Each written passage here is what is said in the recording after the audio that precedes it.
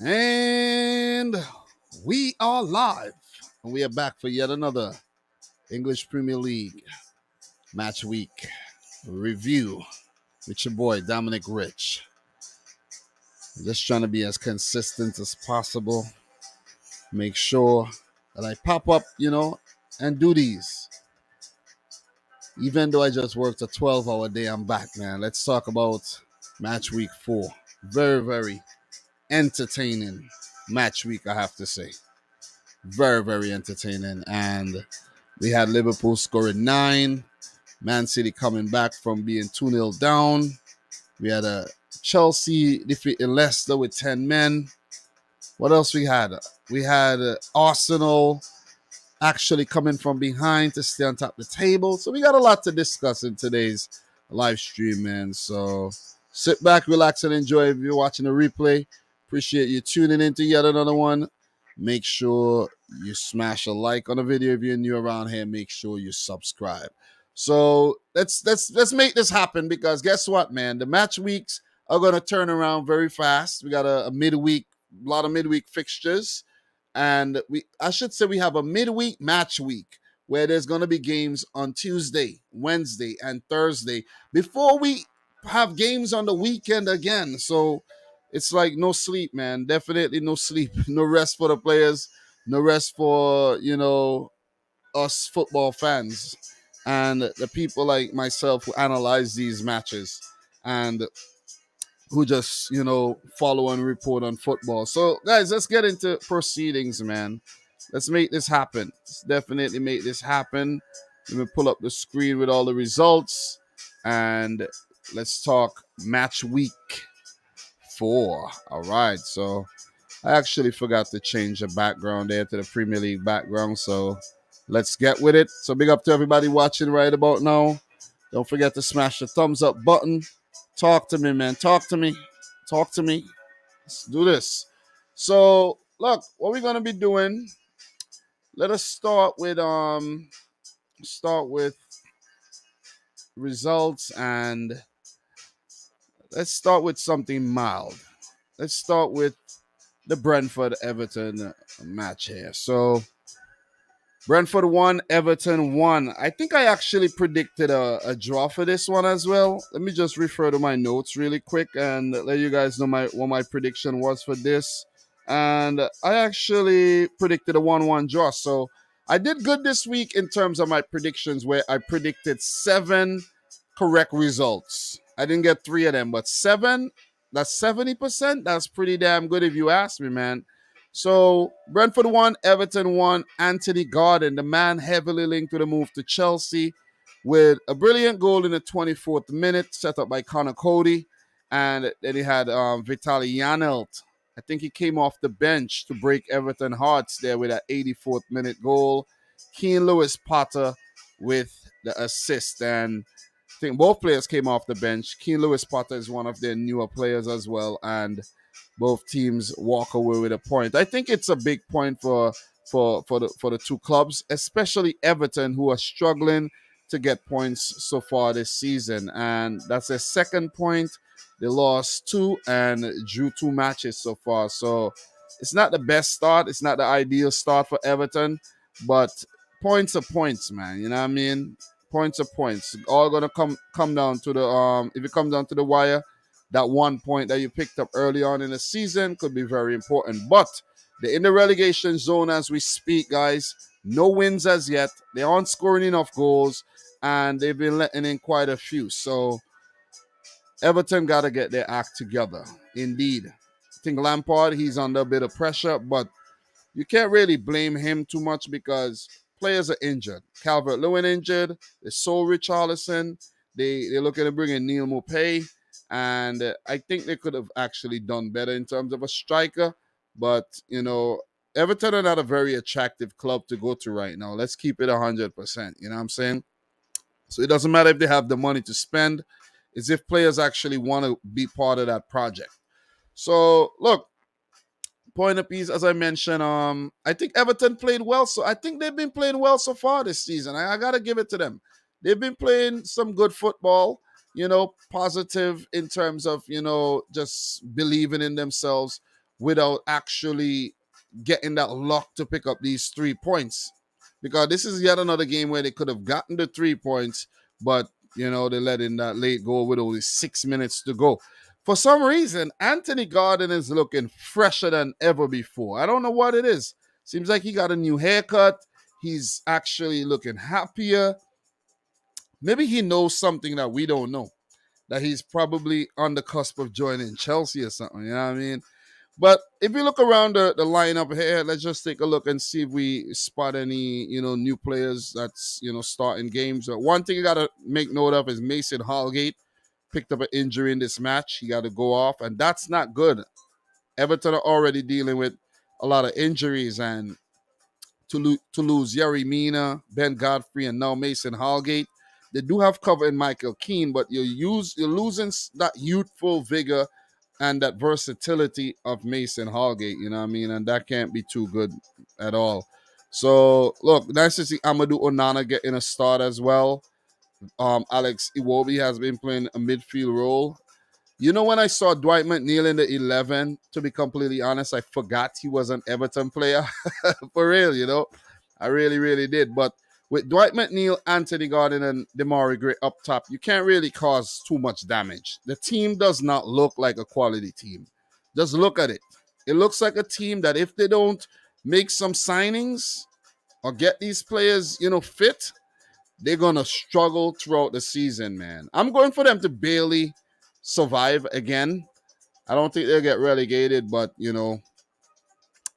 they struggle this season for points unless something miraculous happens.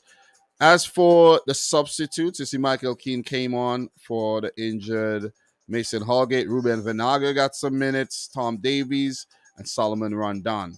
You go over to the Brentford side. Johan Wissa, man, he had a brilliant chance to score, and he missed like an open goal. Pickford, had to pull off a few saves in this game as well. But, Brentford, they're that team that would never sit down. They would always, continue to fight. And they've done a lot of that this season already. And yet again, they come up with the goods late in the game and walk away with 1 point. Quality outfit. You see Mikkel Damsgaard getting his first run out there for Brentford. Baptiste Janelt off the bench with the goal. Potter with the assist. Sorensen got a run out as well. So I think it's a good point for both teams. You see what I mean? For Brentford, they've been doing better this season. Right now, in terms of the table, they're 10th with 5 points. And they have 2 draws, a win, and a loss. That win, of course, came against Manchester United. So big scalp already in the season. So, look, not much more to really add when it comes to these two teams. Big up to the boys. Steve, how are you doing, man? Appreciate you coming through. Big up to Jordan Hyman, Ken Rattray. Big up to you as well. Appreciate everybody who's in the house right about now. I started a live stream a little earlier than scheduled because I'm home by myself and I figured I'll get it done and not wait until my wife comes home with my son, and then, I can't get anything done because I'm interrupted. You see what I'm saying? So big up to Pachara as well. I'll get to the Anthony situation. Slow your roll, slow your roll, slow your roll. We'll get there. We'll definitely get there, man. So, yeah. So in terms of any transfer business done by both clubs and any updates, I just did my preview on Friday. So I don't know if there's any real updates to talk about when it comes to both clubs, but I'm gonna still check and see if there's anything, that is worth talking about. So let me see. Mm-mm-mm. So let me see. Mm-mm-mm. Let me see. Yeah, nothing really to add right about now. Nothing to add. Everton announced a signing of Neil Maupay from Brighton. That's official. And there's been talks that Niels Nkunku, a youngster, joins Cardiff on loan from Everton, and that Everton set to make a bid for Cork City goalkeeper David Harrington. I never heard of the player, but maybe a backup goalkeeper of some sort. So in terms of Brentford, I haven't recently seen any kind of transfer rumors when it comes to Brentford. Thomas Frank probably got all the pieces he thinks he needs to survive again this season. And we'll just have to wait and see if there's any more incomings, you know. But since the preview, yeah, there haven't been anything at all. So Brentford definitely seems like they might play another season with the players that they have right now. Only a few additions made to the squad. So, look, in terms of both teams and who they have next for Brentford, their next game is against Crystal Palace. That's a London derby there. And for Everton in 18th, their next game is against Leeds United, followed by the Merseyside derby on September 3rd. So, this Saturday, the Merseyside derby is coming up, you know. So let us see if Everton could get any points at all in that game from Liverpool. It's going to be difficult. Definitely going to be difficult. So, look, with that being said, guys, we're going to keep it moving. Let's move on to the next game. We got 9 more matches to talk about. And I also want to take a look at what's going on across Europe as well. You know, with the time that I have today, definitely want to, have some fun with the stream and take a look at that. Let me know how you like my red theme I got going on. You know what I'm saying? I'm just playing with colors. You know what I'm saying? It ain't nothing. It ain't mean nothing at all. You know what I mean? So let me see what we have. Any more comments? Nothing else? Nothing else? You guys are rather quiet today, though. Come on, don't be shy. Talk to me. Talk to me. If you have any questions that's relevant to the match that we're talking about, feel free to ask. But we're not going to be all over the place talking about Anthony when we ain't got to the United match yet. Wait, just hold your horses and wait until we get to the United section, man. So the Lego dude coming in with the comment here. I think the writing's on the wall. Lampard will be sacked by the World Cup and Everton will be fighting relegation. Look, I'm not going to go as far as to say that Lampard will get the sack, but I will say this. I will say this. Everton are going to struggle. They're going to struggle. They haven't been playing badly, but I think they're definitely going to struggle, man. So, yeah. Yeah. Big up to the boy Chelsea. Perspective in the house, man. How are you doing? Appreciate you coming in to the stream right about now. And, yeah. Chelsea, you know. How you been, bro? How you been? I hope you're good. Hope you're good. Another really good match week. 4 match days gone. The weeks are gonna fly by. Soon as we blink, the World Cup's here. You know what I mean? And then the season resumes and the title race, if there's one, continues, the relegation scrap continues. It's gonna be a fun season. I think it is. I think the next year is gonna be a big year for football, with the World Cup in there and everything, and the Champions League and just everything that's out there to fight for those. So let's get back to the action here and let's move on to the next game. So let's start Brighton 1, Leeds United 0. And guess what, guys? I also predicted Brighton to beat Leeds, and that was a 2-1 win for Brighton. It ended up being a 1-0 win. Pascal Gross with the goal, Leandro Trossard with the assist, and Brighton getting the better of Leeds once again. They have a very good record against Leeds, and there goes Jesse Marsh's bubble getting popped because he's Leeds have been doing well so far this season, but I just knew that they won't be up for it in this game, man. And Brighton, we all know Brighton, they're very, very tough nut to crack. Very difficult team to play against.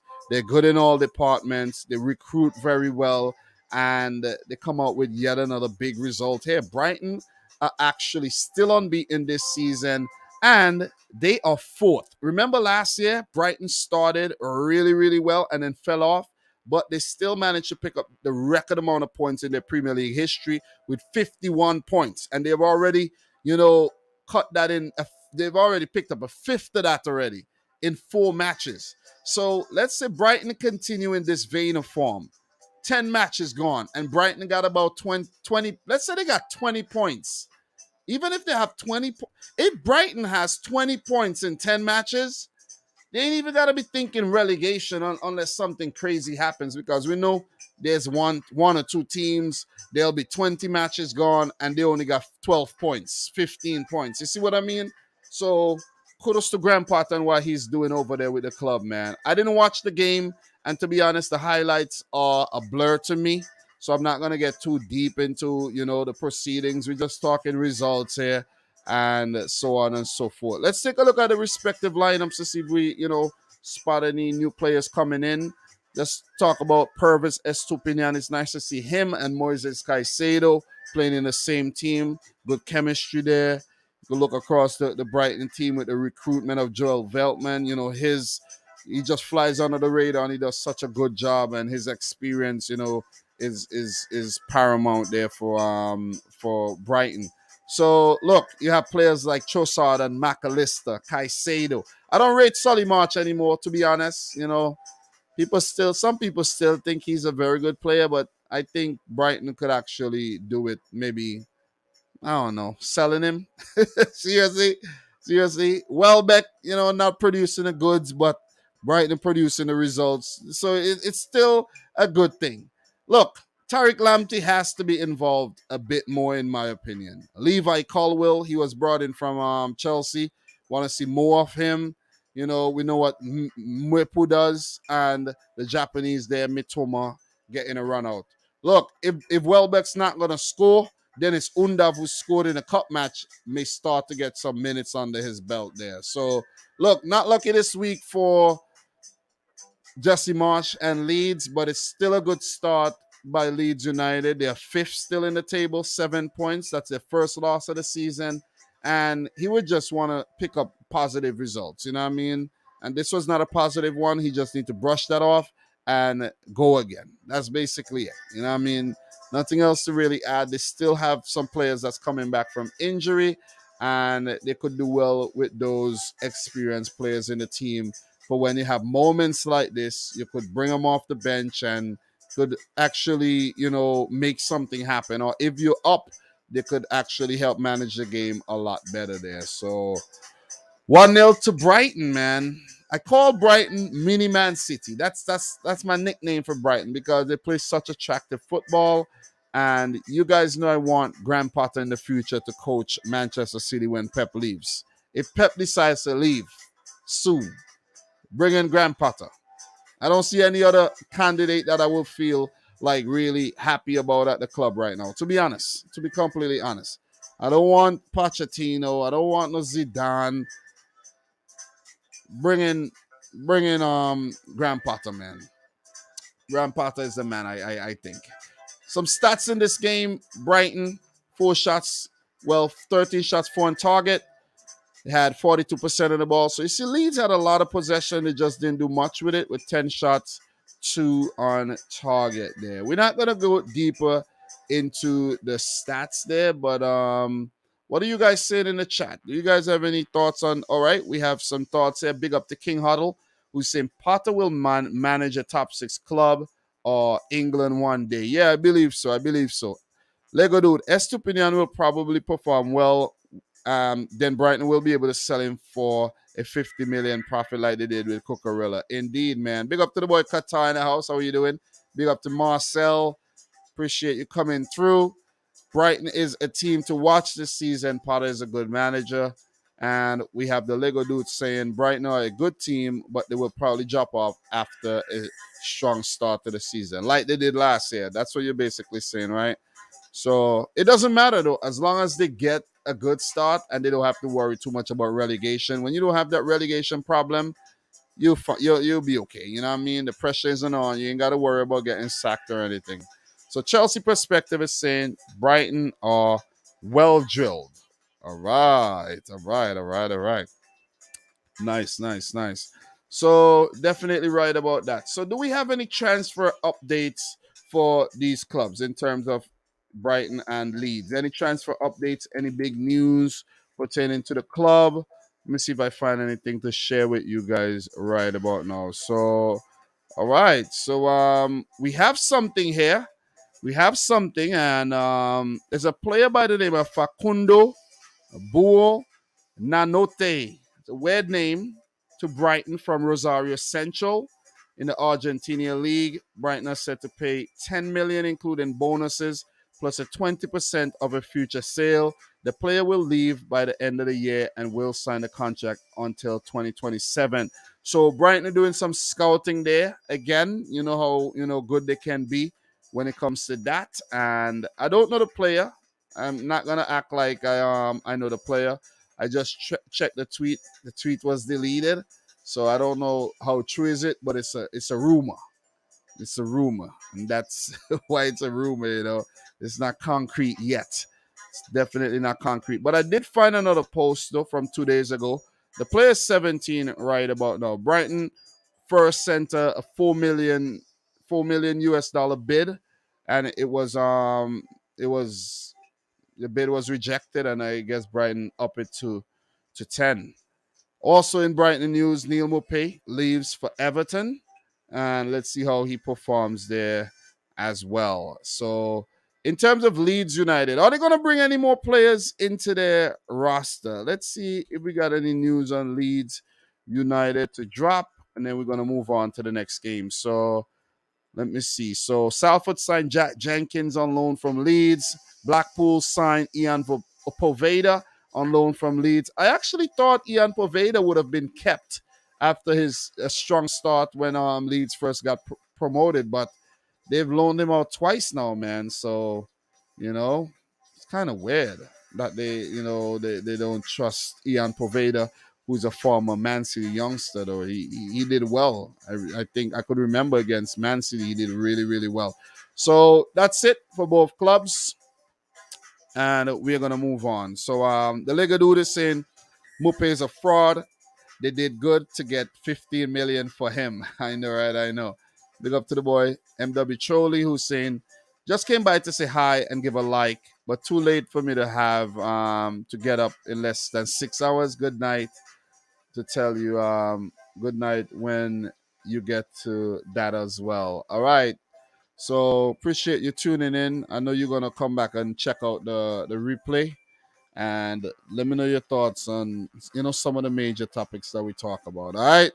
But you say you're gonna get 6 hours sleep, bro. I think I got like 4 hours sleep last night, man. You getting 2 hours more sleep than me. Everybody's saying they're going to sleep, and it's late in the UK, late in Europe. That's why I kind of came in a little bit earlier today to catch some of you guys in Europe. But yeah, you guys are still sleeping. So Marcel is asking what happened to Helder Costa. They did loan him out again. They did loan him out. I think either they loaned him out or they sold him. But he's not at the club as we speak. So let me let you know what's going on with Helder Costa. Let me give you a quick help. He's actually in Saudi Arabia right now, Al Ittihad. And I think it's a loan deal. Let me see. Yeah, he's on loan there. Definitely was right with that. So he was previously loaned out to Valencia, and he was a former Wolves player. So he's been bouncing around the place, man. He's been loaning. Benfica loaned him to Wolves, and Wolves bought him. Loaned him to Leeds. Leeds bought him. So he's been bouncing all, and he's a very neat player though. I like Helder Costa. I was surprised that they actually got rid of him, though. Seriously. He plays for the Angola national team these days, actually, so that's to answer your question. So let us move on to the next game, man. We're doing well, definitely. And in terms of the next game, let's talk Southampton. No, not Southampton yet. Let's talk West Ham, Aston Villa. West Ham, Aston Villa. Let's talk about that game. So 1-0 for West Ham in a win over Aston Villa. I think Villa was actually the better team on the day, though. I was watching this game. Not like I could remember everything from the match, like I'm watching a Man City game or something. Still don't remember everything. I have to write notes to remember everything from these games, though. Some people actually remember a lot of things from matches, not me. Seriously. I remember some things, not everything. Sometimes I analyze the game and I might miss a big, big moment in the game, and I don't know how and that's why I write things down. But Pablo Fornals in the 74th minute, a deflected goal. Doesn't matter, still a goal. And he celebrated like he had just won the league. And that's how important it was for West Ham, because they've been struggling, man. They've really been struggling. That's their first goal this season. and their first points. And not bad in picking up the entire 3 points. You know what I'm saying? I feel it for Villa as well because they didn't play too badly. They really didn't. And they're just unlucky not to actually, get something from the game. There was an early goal from Ezri Konsa, but it was chalked off because the ball had went out of play from the corner. And Philip Coutinho, I think, had a bright start to the game.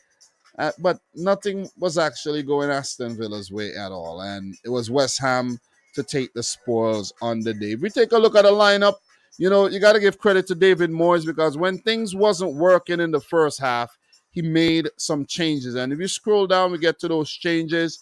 And that was when Antonio came on in the second half. The Ben Rama change at halftime as well. Those changes actually helped the team. Hard luck to Ben Johnson. He had to go off injured. Kufal came on in the 23rd minute. So hopefully for West Ham, he's not injured for a long-term period. But still, they just brought in Emerson Palmieri, who got thrusted into the team right away. And you could see Tilo Kehrer there, who gave away a penalty in the last game, starting the match once again. So West Ham are bolstering their team. They just made a big signing of Lucas Paqueta as well. So they ain't playing around. They're really not playing around, and they're a very ambitious club. They've done well over the past few seasons, but it's been a rocky start. But this should actually help their morale, help them boost their confidence to continue picking up points this season. Look, as I said, I feel kind of bad for Stevie G and Aston Villa because they're not playing bad football. It's just that things are just not going their way, and they've been picking up some horrible results so far this season. Villa are 15th with only 3 points, 3 losses, and 1 win. All right? So they will be hoping that they get in the losses out of the way. I'm not seeing the same, quality from Matty Cash so far this season. We had a game where Cullum Chambers and Ezri Konsa was at the back. Tyrone Mings, I think he got, a bout of illness and he's out. Remember Luca Dean rushing back to, pull off some good tackles at the back there. Douglas Luiz came into the game, into the 11 alongside Boubacar Kamara in the midfield there. So don't know if don't know how much longer Douglas Luiz would stay at Aston Villa, to be honest. And you could see Ollie Watkins and Danny Ings started. Didn't work out for the 2 Englishmen on the day. Leon Bailey did come off the bench. Emi Buendia, Cameron Archer, who I think got a run out during the week, and Jacob Ramsey. So it's pretty much it. West Ham, David Moyes with the big result that they needed very, very badly. And let's see if this is actually gonna, turn the tide for West Ham in terms of results. Aston Villa do need a change of fortunes. Big time. They need a change of fortunes. Because Gerrard could be under pressure and he could get sacked. And I don't want him to get sacked. I like having Lampard and Gerrard in the Premier League as managers. I like that. You see what I'm saying? But look, we know managers are going to get sacked this season because there's 20 teams in the league and not every team's going to perform well. You see what I mean? You could have a situation where all teams are, very close in terms of points, but one of those clubs are not going to be happy, and they're gonna pull the trigger and sack somebody. So let's keep an eye on who's going to get sacked first. David Moyes, maybe he was under a little pressure there, and this would have relieved quite a bit of that. So look, if we take a look at the stats, you could see Aston Villa were the more dominant team. 9 shots, 3 on target. They had most of the ball, passed the ball around. They had a lot of possession. While for West Ham, I think they struggled big time in the first half to put together anything. They look like a shadow of the West Ham team that we know they could be. Maybe it's the Europa Conference League that they've been playing a lot of Sunday games because of the Europa League participation. I don't know. You see what I'm saying? But they need to find their form and they have to do it now. Gianluca Scamacca came in ahead of Antonio. That didn't work. You see what I'm saying? So they would need to continue to just, chop and change and see what worked for them until they could actually, find their form. So, yeah, pretty much, nothing really more to add in terms of this. Do you guys have anything else to add in the chat? Marcel is saying Gerard need to figure out his best 11, indeed. And the Lego dude, Lampard and Gerrard might both get sacked within a few months. Big up to Moritz, who's saying West Ham will sign Paqueta. Indeed, let's see what he can do for them. I think Paqueta would, I like Paqueta. I thought he would have gone to Newcastle United, to be honest. And I'm surprised another club didn't actually go in for him. You see what I mean? So Mr. Yarn is saying, sorry I'm late. Had to watch my CPL team lose to the worst team in the league. Sigh, what did I miss? When you say CPL, what do you mean? CPL? What CPL are you talking about? Are you talking cricket? Are you talking cricket? CPL. Canadian Premier League. Canadian Premier League. Is that what you're talking? Canadian Premier League? Okay. All right. Big up to Mr. Yondo. Marcel saying, don't get any oh yeah, Canadian Premier League, yeah. Don't get any easier for Villa. They have Arsenal and Man City in their next two games. To talk about their next games, man. Yeah. Let's Aston Villa 15th right now. Next game. Arsenal and Man City along with Leicester. Ah man, it ain't gonna get good. Listen, it's predicted to be losses for them because of the way Man City are playing right now and the way Arsenal are playing. So it ain't looking good for Stevie G, man. 5 losses in the first 6 games. That's sacking material. Seriously, you're gonna get sacked for that. Definitely gonna get sacked for that. But I don't think they'll be that hasty in sacking Steven Gerrard, though. I don't think they will. I really don't think they'll just pull the trigger on him like that. Yeah, maybe not. I don't think so.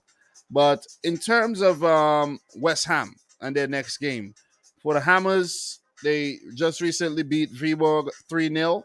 So that's good results there. Back-to-back wins, irregardless of the competition, good wins. But their next games are very, very difficult. They come up in 2 London derbies, first against Spurs and then against Chelsea. We know they're capable of knocking off these teams, but they gotta continue and to be consistent, though. You know what I mean? And then they do have the Europa League coming up, and then a game against Newcastle. So between these Europa Conference League matches, it's going to be very, very tough games for West Ham. But they're used to that. They were in the Europa League last year, but they're in the Conference League this year. So doesn't mean it's going to get easier in terms of the European competition. So in terms of the teams and some news updates, let's just touch on that. So let's talk West Ham United. And we got some big news here for West Ham. And West Ham set to sign Leon and Brazilian midfielder Lucas Paqueta. And the fee is set to be from BBC 14 hours ago, £36.5 million. So that actually equates to about maybe about 50 million euros or so, if I'm not mistaken. Maybe there's add-ons included and all of that. And in terms of other news, Port Vale signed Mipo Urubeko on loan from West Ham. I guess he's a youngster, from the academy. And that's it in terms of the updates there. So the deal is set to be 60 million euros with bonuses included. I like Paqueta. I gotta say, I really, really like Paqueta, man. You know what I mean? For Brazil, he does very, very well. And I haven't seen much of him for Lyon, but I know for the Brazil national team, Lucas Paqueta is, a starter. You know what I mean? And he's been a starter recently. He's 25 years old, so still very young. And West Ham will be hoping that this is not a launching pad for Lucas Paqueta. Does well at West Ham, then Real Madrid, Barcelona comes circling, United, Chelsea, Man City, Liverpool. You see what I mean? Sometimes some of these clubs don't really want to take the gamble on the player, and then when the player does say move to the Premier League, then they say, okay, now we take the gamble. So he was linked with a move to Man City before I seen the rumors, and for Arsenal, but I think he would do good at City. But let's see if we'll actually go in for him next summer. If he does good at West Ham, 33 matches for Brazil, 7 goals. He's been playing since 2018. So He was a Flamengo player. He didn't do well at AC Milan.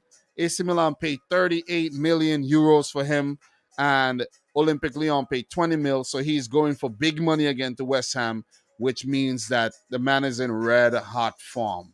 So all the best, Lucas Paqueta. All right, so my throat's feeling kind of messed up there, man. Let's see what Villa got in terms of any incomings, any rumors. Guys, if there's any rumors that you know of and I'm not mentioning it in the live stream, don't be afraid to actually drop it in the chat, okay? So in terms of Aston Villa, do we have any updates?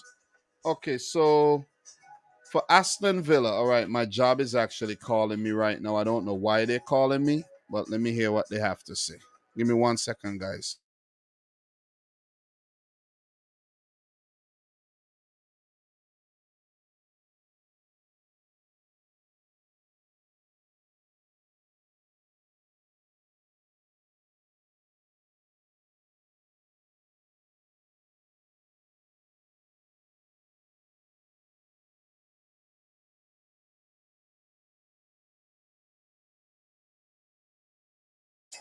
All right, so the job wanted me to actually come in tomorrow and I'm off. Hell no.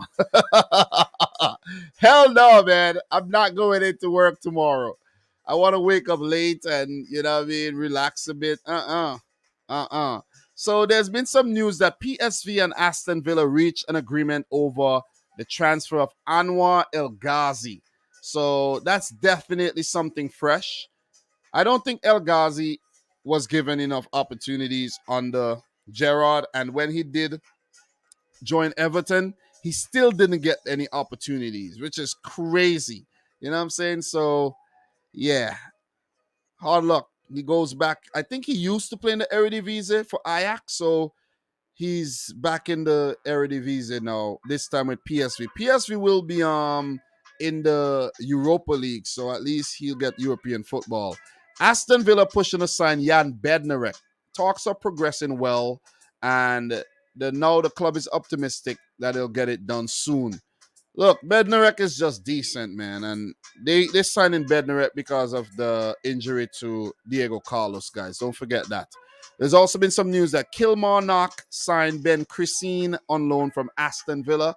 He's a youngster, and let's see how he'll develop. Maybe he'll turn into a world-class player one day. You never ever know.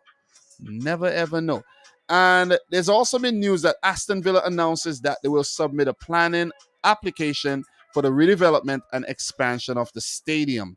The plans will create a world-class sporting venue, enabling the club to compete at the very highest levels with an increased stadium capacity of over 50,000. All right, so that's a news update on Aston Villa, who's currently struggling at the moment in the league.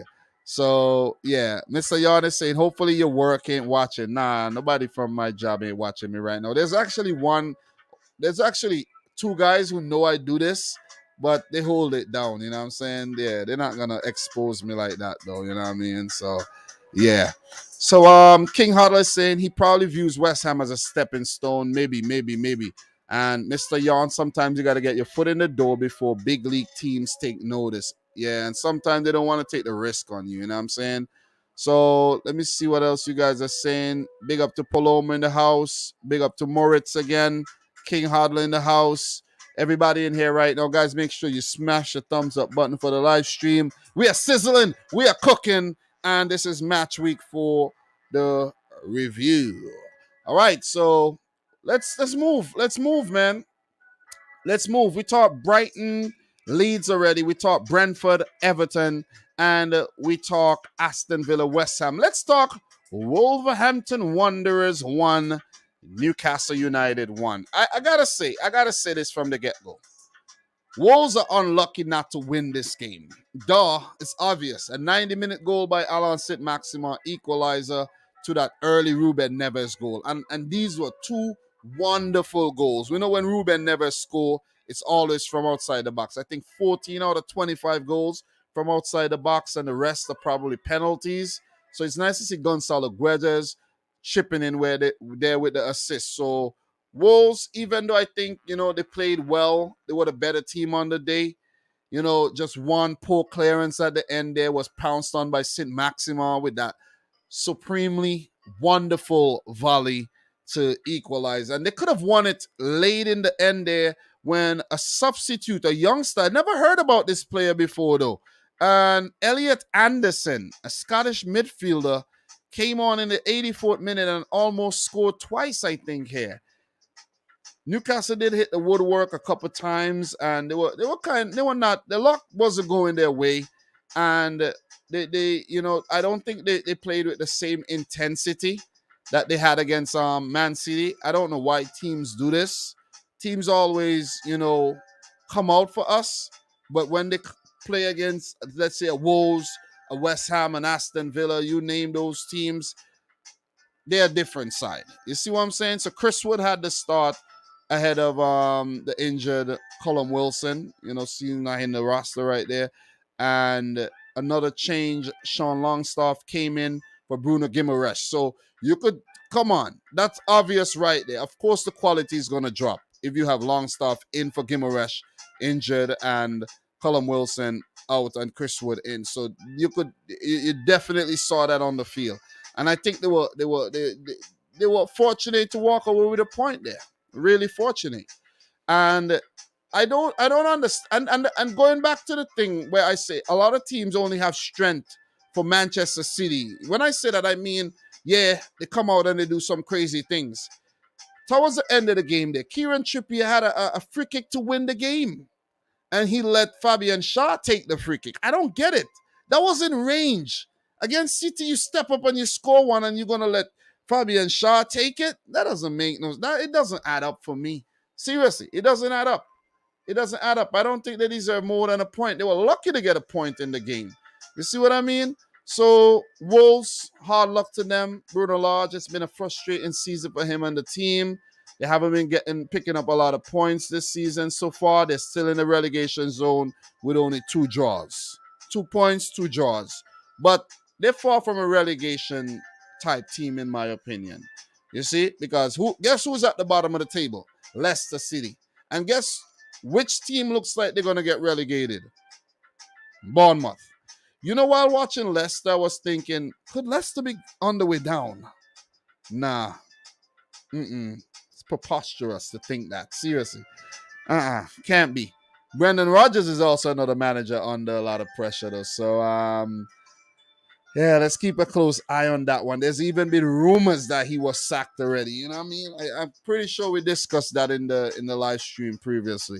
So, look, I went off there on a little rant on Newcastle because you come up against Man City, you go on 3-1 up, and you're struggling against Wolves. So credit to Wolves. They played well. Definitely played well. 7 Portuguese players on the day.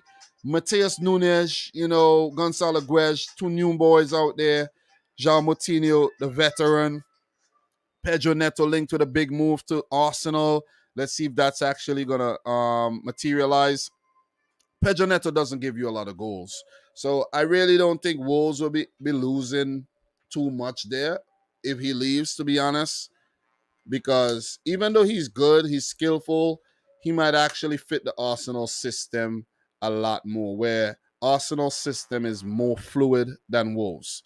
You see, so maybe Wolves could take that money and actually sign a damn, striker who's going to score some goals. And we will get to them. They are looking to sign a striker. We will get to the transfer update pretty soon. So, look, Wolves the better team on the day, in my opinion.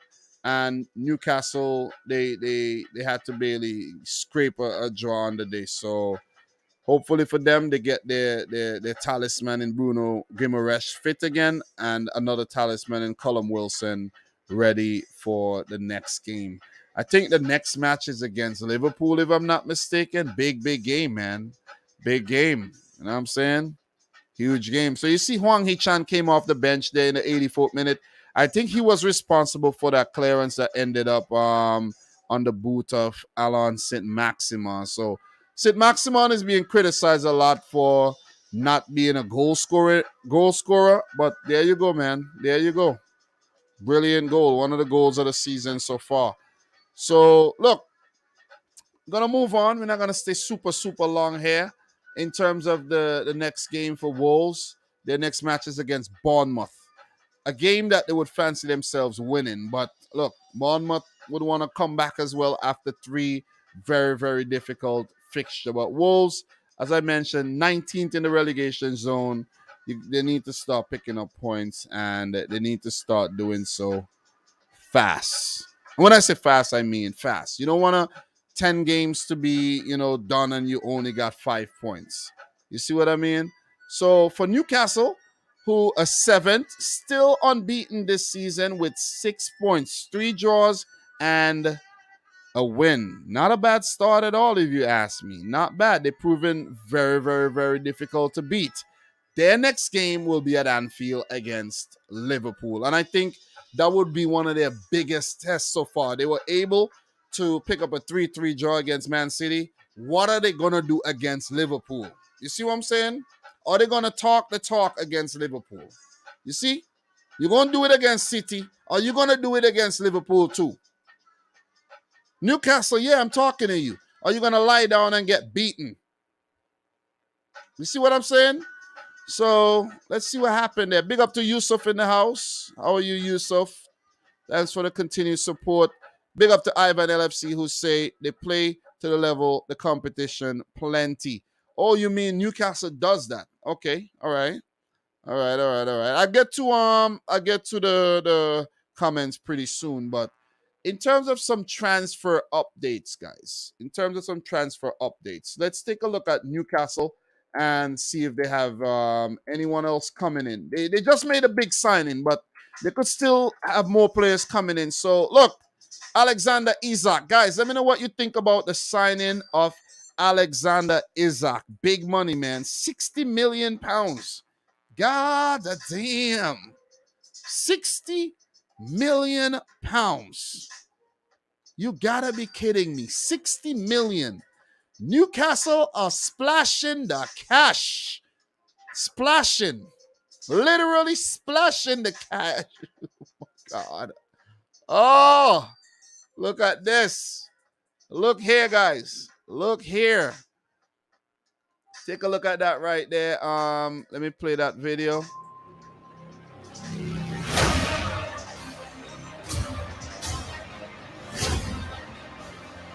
I hope I don't get copywritten for this. Let me take the volume off of this. I don't want that song to pop up and say, "Hey, copyright strike." So yeah, that's Isaac. I think the video should be okay, but the song, I don't want to risk it with the song though. You see what I'm saying? So Alexander Isak, 22 years old, right? Swedish international. So now the league got Kulusevski and Isak as well. So let's see how he'll do though. I like him. I'm not gonna lie. I like him for Sweden. I haven't seen much of him for Sociedad. I did see the last game that they lost there. Who are they playing? Real Madrid, I think, if I'm not mistaken. Was it Real Madrid? Yeah, I think it was Real Madrid. So yeah, he's pretty good though. He's pretty damn good. So another weapon for Newcastle in the arsenal there, and let's see if he helps them achieve European football. So Newcastle were also linked with a move for Joao Pedro, but I don't know if they're going to go through with that deal still. But Isaac is a good signing. Callum Wilson is injured a lot these days, so it's good to have good backup there. So, yeah, man, I hope you enjoyed a little clip there, and let's go all the way back to the Premier League match day result there. And in terms of any more updates, I did talk about Edson Alvarez being linked. Edson Alvarez of Ajax with a 30 million bid rejected, and they're gonna up it to 40 million euros. So yeah, keep an eye on what Newcastle are gonna do, guys, in this transfer window, and see if this is gonna sign more players. Also, I did give you an update that Martin Dubravka could be joining Manchester United as their backup goalkeeper. So that might actually happen. That definitely might actually happen. So that's it in terms of Newcastle United. In terms of Wolves, they do have some transfer news that we need to talk about as well.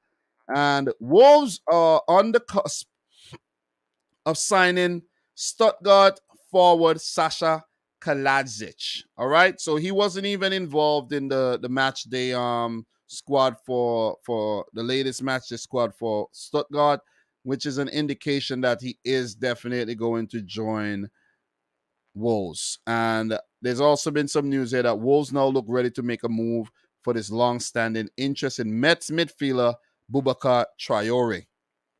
All right, so let's see if they actually get that deal done as well. Boubacar Traore.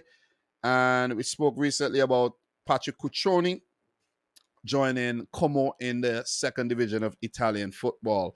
So Kaladzic, though. Kaladzic. So let me just look up Stuttgart and see what Kaladzic have done. I know of the player, I've seen the player before, but I'm not gonna act like I'm some expert here on Sasha Kaladzic. So he's actually Austrian. He's 25 years old. So he's been around. Definitely been around. Serbian and Austrian. And in terms of his Austria career, 15 matches, 4 goals. And his career at Stuttgart, his club career. Let's just take a look and see what he did so far. For Stuttgart, he's played 60 matches and he scored 24 goals. So, prolific. I think some of those were in the second division. Yeah, he only played one season in the second division. But in the 2020-21 season, that was his best season. 33 matches, 16 goals. Last season, only 15 matches played, 6 goals. So I think he might be, a bit injury prone because of his height. Let me see for last season in terms of games he missed. Let me see last season. Yeah, he had a shoulder injury though. So yeah, maybe he's not that injury prone. He just had a shoulder injury that kept him off for most of the season. But he scored. He scored from match day 19 all the way to 25. He was just scoring in every single game for Stuttgart. So maybe he could actually be the striker that Wolves need. And I think he's actually he's very tall. He is very, very tall. That I know. I don't know his height in feet and inches, but I could actually look that up. But he's tall. That is something that I know. He's like freakishly tall, which could help, if Wolves do play that type of system, and maybe that's why they're going in for him, where they play a system where they get the ball into a target man like Raul Jimenez, who has not been the same player since David Luiz cracked his skull. So that's why they do need to bring in a new forward, man. So let me see his height, though. So his height is actually 6'7". 6'7". He's tall. I'm telling you. He is freaking tall. 6'7" striker coming into the Premier League, joining Wolverhampton Wanderers. So don't be giving them set piece situations, man. Kaladzic in the back of the net. So with that being said, guys, we are going to move on. Let's move on, though. So big up to everybody in the stream. Guys, make sure you smash the thumbs up button. I'm having fun with the stream, though, even though I don't know what it is. My throat is drying up from time to time, but I got the water on deck. I have about maybe 30 more on the ground there, so I won't run out of water. And we have a lot to talk about tonight, though. A lot of games, and I even want to talk about the other leagues as well, because I haven't been doing that. We want to take a look at the other leagues and have an update. Just don't want to talk Premier League only. It's a Premier League show, but when I do have the time, I want to, spread my wings a little, man. You know what I'm saying? So, look, let's move on to the next game, and let's talk Forest 0, Tottenham Hotspur 2. So, Tottenham are definitely hot this season. They've been on fire. Antonio Conte bolstered his squad, and as a result, Tottenham are third, unbeaten, 10 points, same results as Manchester City, and they're looking good. They're looking really, really good, man. You know what I'm saying? And that's testament to the good work that Conte, and the boys have been doing. So 2-0 to Spurs, Kane in the 5th minute. I think Nottingham Forest, they were very complacent, though, in that move. I think that goal is one of the easiest goals you'll ever see. It was like, what? Tottenham just scored? That was an easy goal for Kane, who's breaking a lot of goal scoring records these days. Recently broke Aguero's record for the I think the most goals for one club. And I think he has like Alan Shearer's record in his sights. I'm not gonna get too deep into that right about now. I might need to go to up to Joe on Twitter for some more stats, but I'm not getting into the stats right about now. But Kane in the fifth and Kane again in the 81st. Richarlison with the brilliant assist after a breakaway wasn't actually capitalized on by Ryan Sessegnon, and then when the ball was recycled, Richarlison outside of the right foot, Kane into the back of the net. Brilliant header there. So the man is deadly, man. He's deadly. But in a way, I'm actually glad that we didn't sign Kane. And I mean Man City. I'm kind of glad because if we signed Kane, we probably would not have gone in for Erling Haaland. And right now, I like the look of Haaland over Kane, though. Seriously, I look at Dean Henderson. It looks so silly in that cap, though. Seriously, he looks so silly in the cap, though. But he's one of them goalkeepers that wear the cap like Oliver can. So look, in this game, it was also a controversial moment where Steve Cook, the former Bournemouth man, handled the ball in the box. A penalty was given, and Kane's penalty was saved by Dean Henderson, who is pulling off his second penalty save this season as well.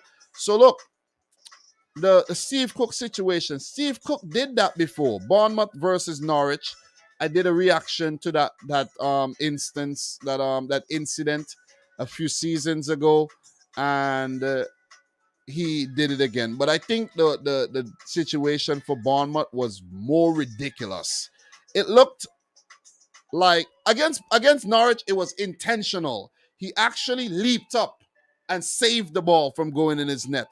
But this time, it was a bit of a grapple. The ball was coming in, and maybe he meant it, maybe he didn't. But he was given a yellow. Luckily, he was given a yellow. So Tottenham, wasn't able to capitalize on that moment. They were already leading the game, however, and Forest, struggled to get back in the match with the handful of chances that they got.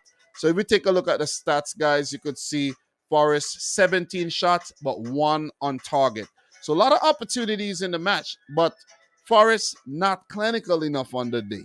Spurs with 18 shots, 7 of those were on target. So you see the difference there. And it's weird to see Nottingham Forest outpossess Spurs, but Spurs are a type of team that would gladly allow you to play on the ball. Like, have the ball. Come with us. Please, come. Bring the game to us. They like to do that. You see what I'm saying? They really, really like to do that, and they'll break on a counter and they'll punish you, just like they did for that second Harry Kane goal. So, look, another thing that we have to talk about here is Son Heung-min. 4 matches, he's yet to score. He was taken off, and you can see check the lineups here. Richarlison was 74th minute. Son, bro, 74 minutes. I think that's fair. There's nothing unfair about that. You got 74 minutes. You were taken off. Why are you sad? Why are you screwing up your face? Get off the people field, smile, be happy that your team is winning. I don't like this type of selfish behavior. You see what I'm saying? Richarlison he's playing his role. Kante say you're going to come off the bench. He's coming off the bench. I'm pretty sure Richarlison is not happy with that role. But what he's going to do, he's going to take the role. He's going to come off the bench. He's going to do well. And then Son's going to be on the bench. You see, because you're not going to bench Kulusevski with the way he's playing. He's scoring. He's picking up assists. You ain't going to bench him. But then again, there's Champions League, son. Relax. There's Champions League. You're going to get game time. There's cup matches. You're going to get game time. But it is what it is, man. Let's see what happened. Let's see if there's going to be a decline of Son Heung-min, last season's top goal scorer in the league. So for Nottingham Forest here, they've made about 19 signings already this season. In this game, didn't work out too much. Not a big loss, but they were always going to struggle against Spurs. I did predict the Spurs win. And they've shown positive signs. I got to say that. They've shown positive signs, but they take some time to click. You know what I mean? They're trying to bring in a lot of quality, but that's gonna take time to gel. You see, and players like Lingard gotta step up, or we might see him on the bench pretty soon. So in terms of players getting game time here, you can see Remo Freuler making his debut coming in from Atalanta. Taiwo Owani coming off the bench. Sam Surridge, who scored in the cup matches, came off the bench as well. Emmanuel Dennis, he's gonna soon probably be a starter along with Checo Kuyate. So keep an eye on the Nottingham Forest situation. They're looking to sign Renan Lodi. We're gonna update you on that pretty soon. But for Spurs, Jet Spence finally got a run out. Ryan Sessegnon came off the bench. You know, Ivan Perisic has been a wizard on the left wing there, and it's going to be hard to get him out of the 11. Yves Bissouma, another player who's going to have to wait some time to get his opportunity. It's going to be interesting to see whether Pape Matar, the Senegalese international, stays at the club and play a bit part role, and just go through that learning curve. So a win for Antonio Conte and Spurs. It's nice to see Davinson Sanchez getting some game time in the absence of Christian Romero there. So even without Romero, you could see the squad is deep. Eric Dyer and Ben Davies looking like world-class players these days under Antonio Conte. For real. And the likes of Ben Tanco and Hybe are doing a very quiet but brilliant job in the midfield. So Spurs, as expected, 2, Nottingham Forest 0. They got to step their game up. I think they're gonna struggle to score goals. That's where the problem is gonna be. Struggling to score goals. So a lot of their results, you're gonna see them grind out results, but they have to stay positive. They can't let their heads drop. Easier fixtures are going to come up, and I have them surviving. I have them as my dark horses this season to come in 13th.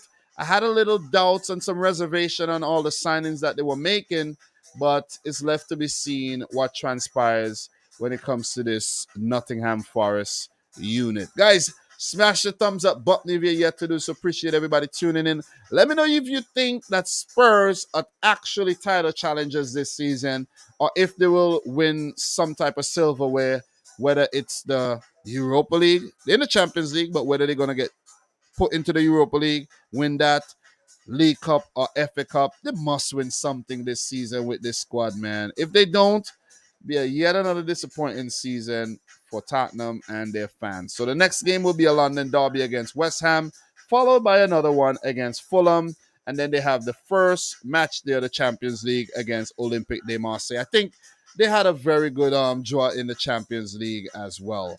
And after that, they come up against Man City. Yeah, Tottenham are Man City's bogey team these days. So am I looking forward to September 10th? No, I'm not. But I'm ready for any challenge right now, so bring it on, Spurs. As for Forest, who at the moment are 14th with 4 points, a win and a draw. They do have 2 losses.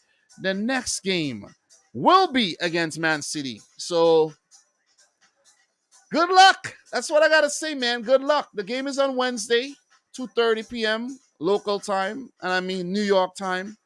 Good luck, Forest, because you might get taken to the cleaners here. Oh, who knows? They might just take City to the cleaners. Never know. You know what I mean? I don't want to go into overconfident here and then end up dropping points to Forest. The Man City dropped points to newly promoted teams a few times recently. You know what I mean? So keep an eye on that fixture.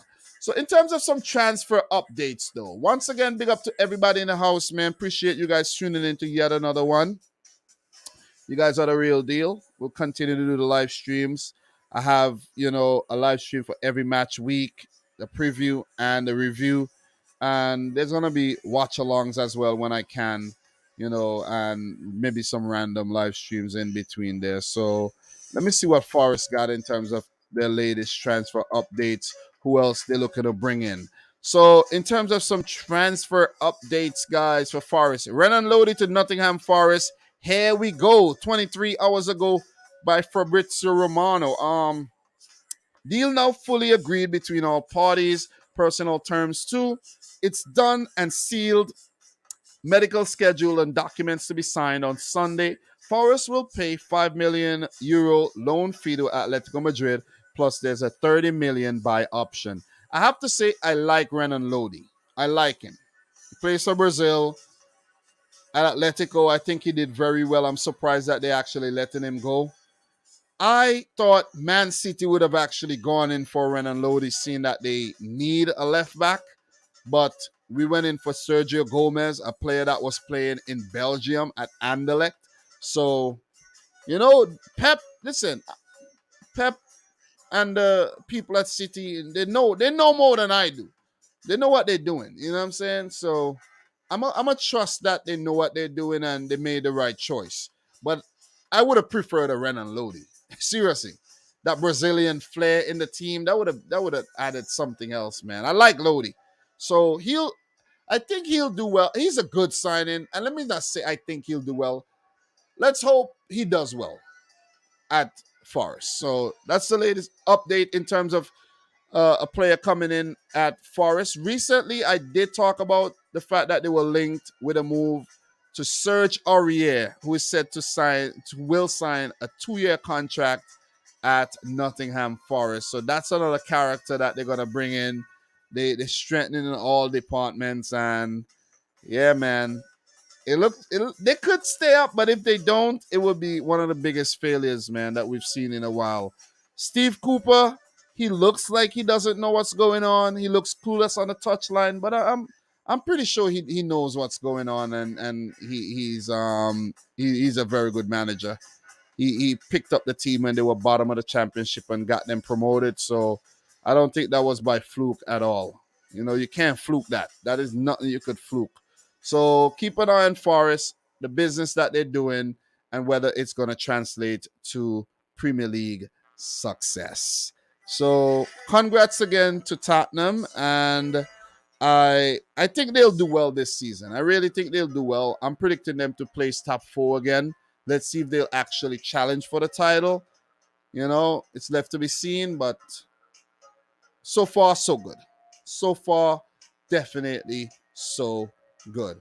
Look, in terms of Spurs and any transfer updates, let me take a look and see if I have anything for you guys. Any news, any transfer updates for Spurs? So, look, let me see. Reguilon. Sergio Reguilon is on the move. I should say Reguilon. It's just one L in his name. Sergio Reguilon to Atletico Madrid. Here we go. Okay. So Reguilon is going to Atletico Madrid. And of course, he was a former Real Madrid player. So back to Spain he goes, playing for the arch rivals. So he would undergo his medical and tests pretty soon, and he was signed for Atletico Madrid. No buy option included.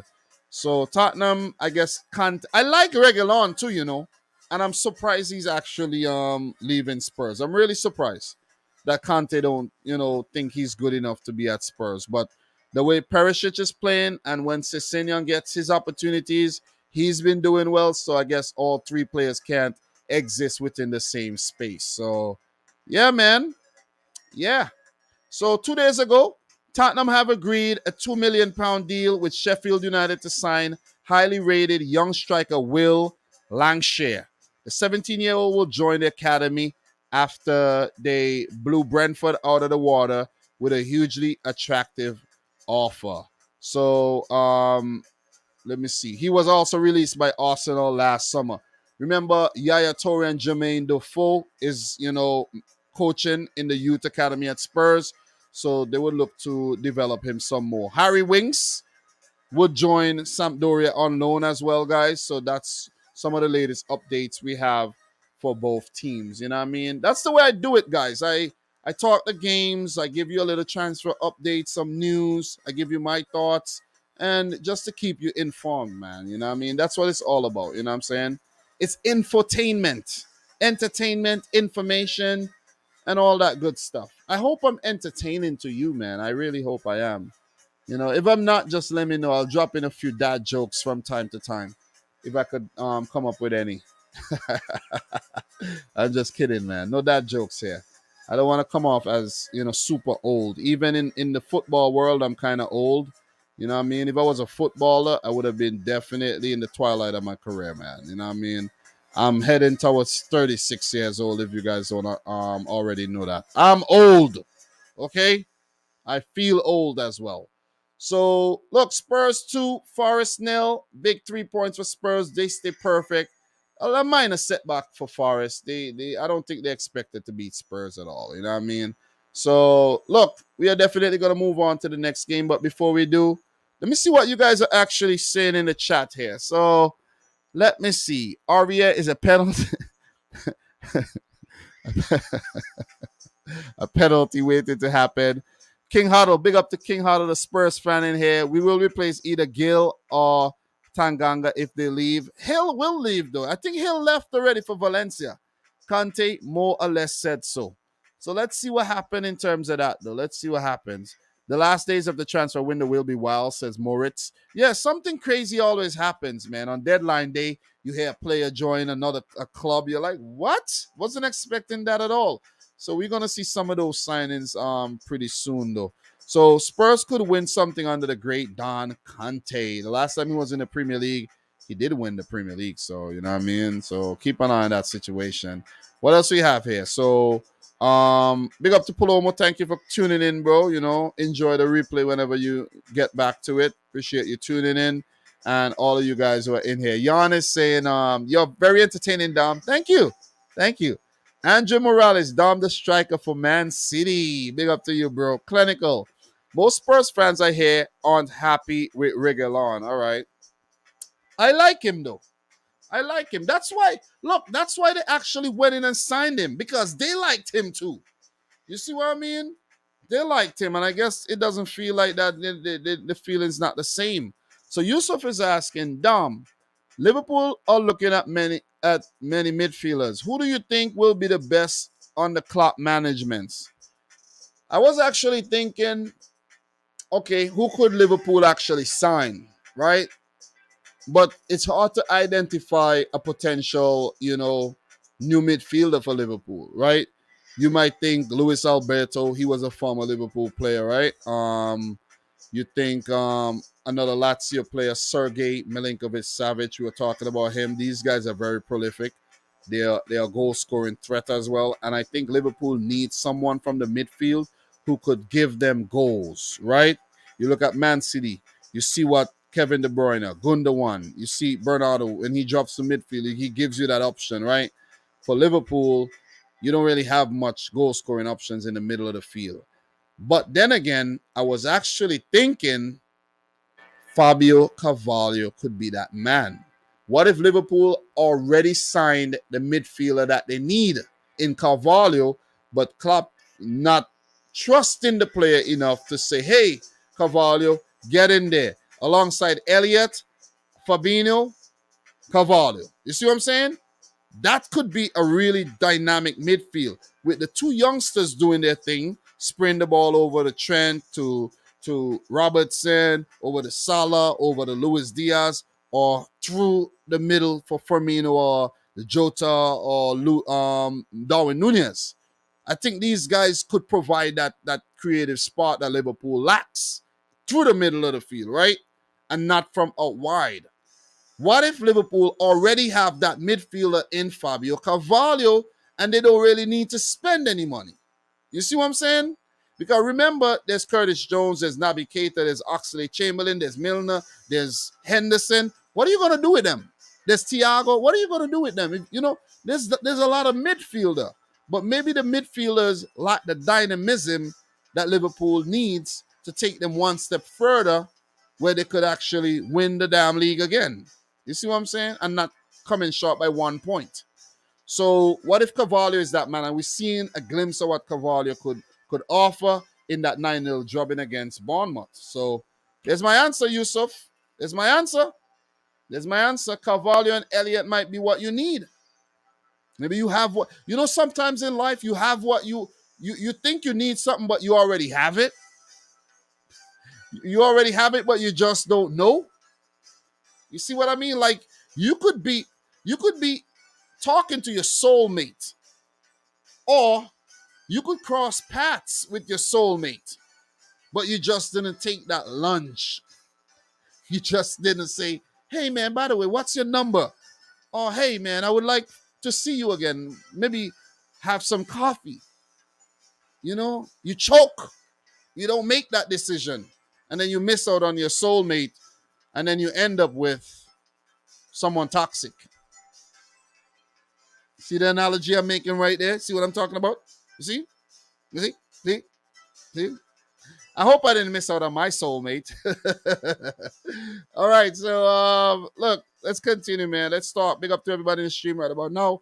Guys, make sure you smash the thumbs up button. All right, so let's do this, man. Let us do this. Let's continue. We got 47 people in here. You guys, make sure you smash the thumbs up button for the stream. I will definitely appreciate that. Let's see if we could get closer to 50 likes. All right. And if you're watching the replay, guys, don't forget I take time and I put in timestamps. If you check the comments, you could skip around to the match that you actually want to, hear me talk about first, or you hear updates and so on and so forth. So don't forget you could actually do that. You know what I mean?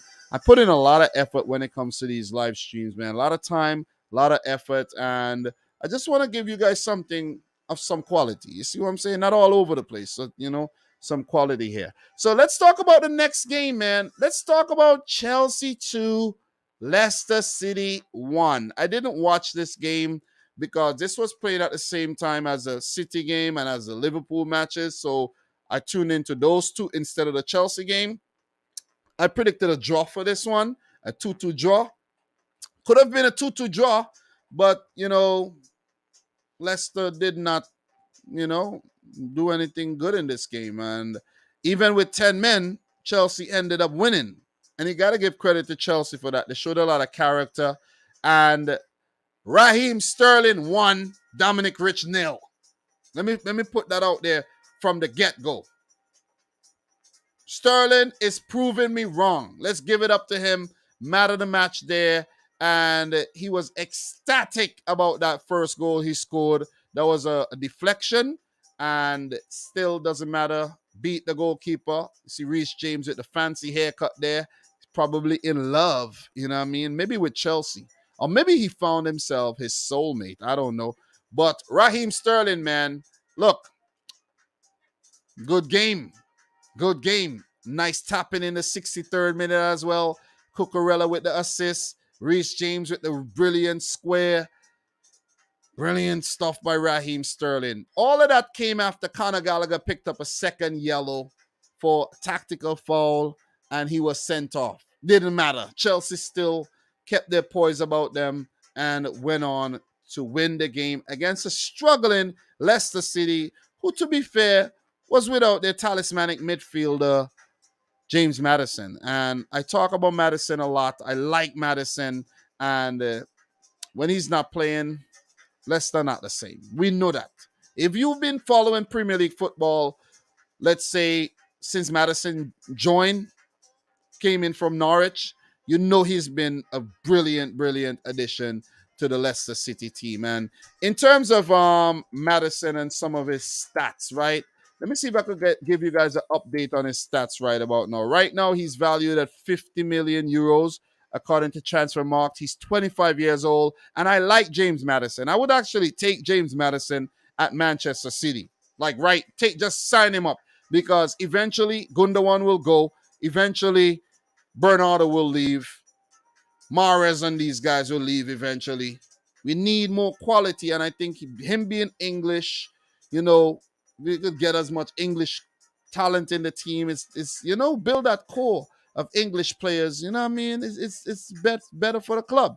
So in terms of his stats for Leicester City, 175 total games in all competitions, 47 goals and 33 assists. I like that. You see what I'm saying? And think about the goals that wasn't converted. That's 80 goals involvement right there. Direct involvement in 175 matches. So I like that, man. And look, Maddison could give you 12 goals like he did Leicester last season. That was his best season ever. I think, he could be an asset to any team, and he was a big miss on the day against Chelsea. So didn't watch the game. The highlights are blurred to me. Good goal by Harvey Barnes in the 66th minute there. Mendy beaten at his near post. Connell Siniville goalkeeper. and it wasn't too costly as Chelsea held on for a narrow 2-1 win. And they needed that result badly because, it's been a so-so start by Chelsea. The draw to Tottenham, from a winning position and getting absolutely blown out of the park by Leeds United. Chelsea has 7 points. They're in sixth position right now. It's still early times. No need to panic if you're a Chelsea fan. Thomas Tuchel is going to keep tweaking the 11. Expect that from him. And expect Chelsea to compete in terms of the top six. I think they won't get top four, but they'll be just there and about. And in the Champions League, they'll be competitive. In the Cups, they'll be competitive as well, where they drew Man City in the third round of the Carabao Cup. I don't like that draw. Want to put it out there right now. I don't like the draw. I wanted to get an easier draw, but it is what it is, man.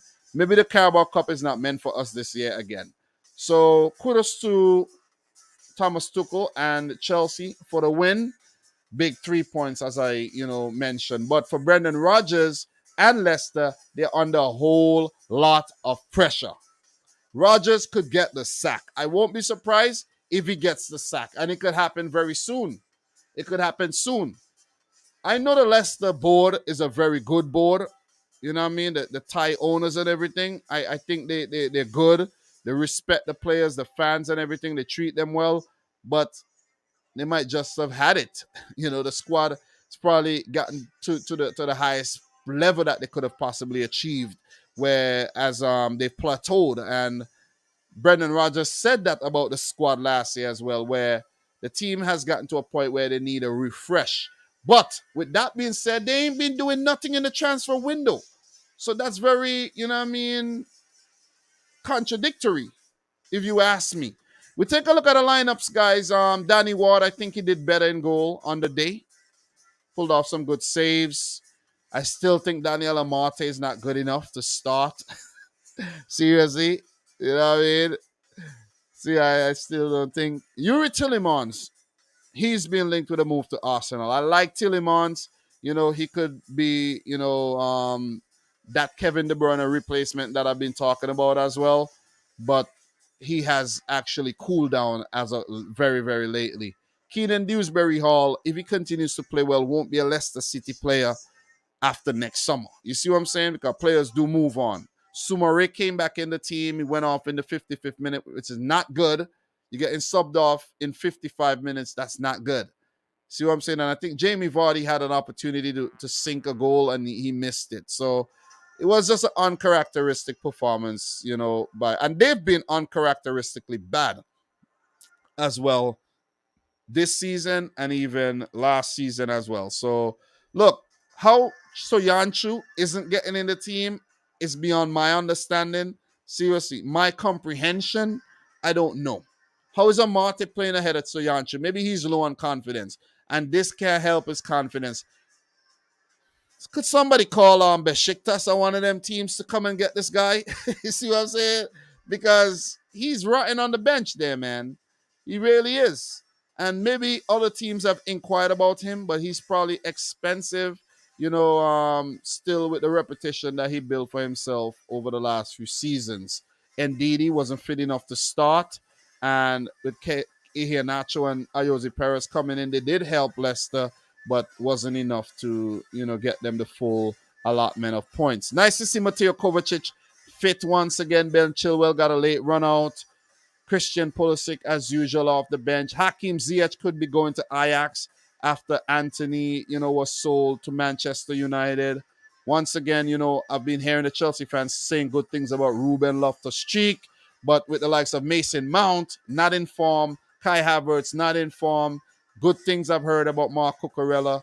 And Chelsea might actually want to hold on to Trevor Chalobah, because why loan Chalobah and bring in, let's say, I know they're going to bring, they got Wesley Fofana. We're going to talk Fofana because Leicester lost Fofana, and that's not good for them either. And Chelsea got Fofana, but I think they should keep Trevor Chalobah in the team as well. But they might not. They might not. What if Fofana, God forbid, picks up an injury, or old man Thiago Silva picked up an injury? I'm calling Thiago Silva old, but how old is he? Let's check. 38 years old, 37. He's soon to be 38. He's only a couple years older than me, and I'm calling him old. So it means I'm definitely old too, right? So look, well done by Chelsea, getting a victory with 10 men. That's not very, very easy to do. And for Leicester, they need to get their act together very, very fast. They're at the bottom of the table as we speak, and there's a lot of pressure on Brendan Rodgers to perform. Look, the team is not the same team. When you see Kasper Schmeichel leaving to go to Nice, red flags immediately. Something's not right. Something's not right. And I don't know if Leicester, you know, are going to do well this season. They might actually struggle. I actually, look, and let me not say that. I was about to say I won't be surprised if they're in a relegation scrap, but they have too much quality for that, though. You know what I mean? But look, in terms of Leicester City, let's talk about their latest transfer updates right now. So look, Wesley Fofana to Chelsea. Here we go. Let me bring something up with that so we have some visual on the screen there for you. Let me bring that up right now from Fabrizio Romano's Twitter. All right, so there we go, guys. There we go. So Wesley Fofana is a Chelsea player. Let's just go back here so we could read what this is saying. Wesley Fofana to Chelsea. Here we go. Documents are almost ready as Leicester and Chelsea reach an agreement on the fee on Friday. Confirmed. Fofana will sign until June 2028. That's a 6-year deal as a new Chelsea player. Fee around £75 million. Add-ons included. Time to prepare documents now. £75 million, right? 75 pounds. God damn. Oh my God. Ooh, that's a lot of money. Pounds and dollars. Let me see what that is. 75. That is 87.58 million US dollars. You heard it right. That's a lot of money for a very, very young defender, though. How old is Fofana? Like 21? This is ridiculous. This is ridiculous. And you know what? You know what? I don't want to always compare things to Man City and whatnot. But let's say Man City spent 75 million on a young defender like that, 21-year-old. You'll never hear the end of it. You see what I'm saying? You'll never hear the end of it. Imagine Newcastle paying more for Alexander Isak than Man City paid for Erling Haaland. I know Erling Haaland's on big wages or whatnot, but still, he comes in with a bigger reputation than the likes of Fofana and Isak and co. You see what I'm saying? Wesley Fofana is uncapped by France. Maybe not for too longer, but, it's a big fee. And I think they had to pay the fee because Leicester weren't taking less than that. That's pretty much why they had to pay so much. And is it a record fee for a defender? I think Man United paid more for Harry Maguire. Let me just check this article really, really quick on Wesley Fofana. Let me pull this article up from Transfermarkt really quick, and we could delve into that a little bit. So Wesley Fofana is set to join Chelsea. Leicester City receive record fee. So look, just to get through all the squabble there, and that fee would okay.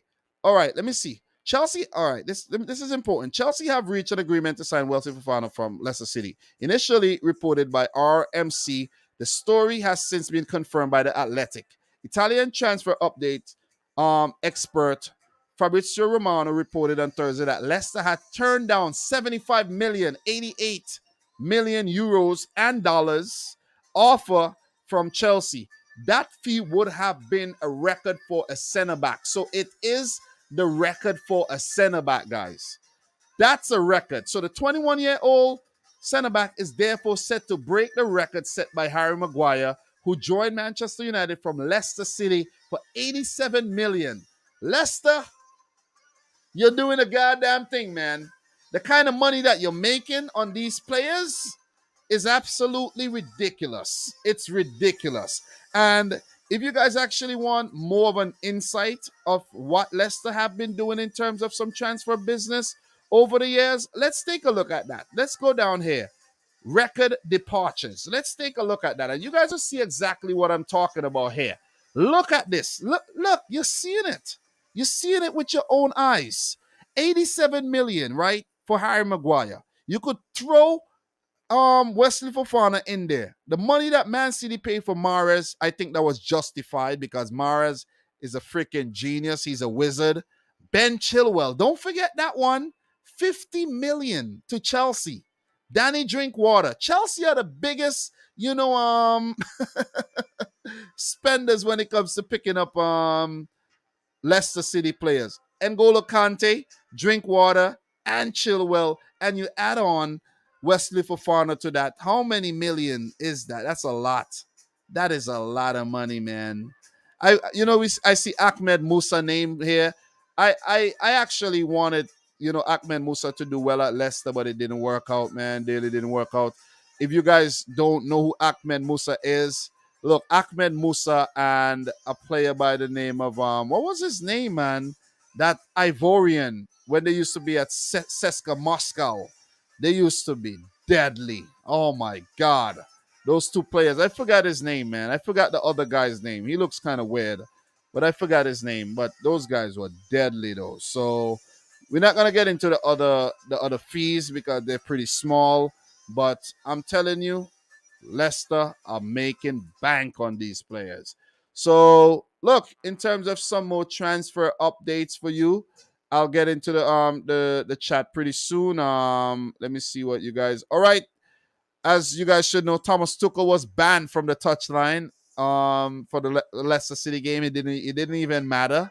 It didn't matter. But the Fofana thing is the biggest thing when it comes to Leicester and the Yuri Tillemans potentially joining Arsenal. So that's the updates that I have for you. In terms of Chelsea, do we have any more? Do we have any more apart from the Wesley Fofana situation? So we just killed two birds with one stone there.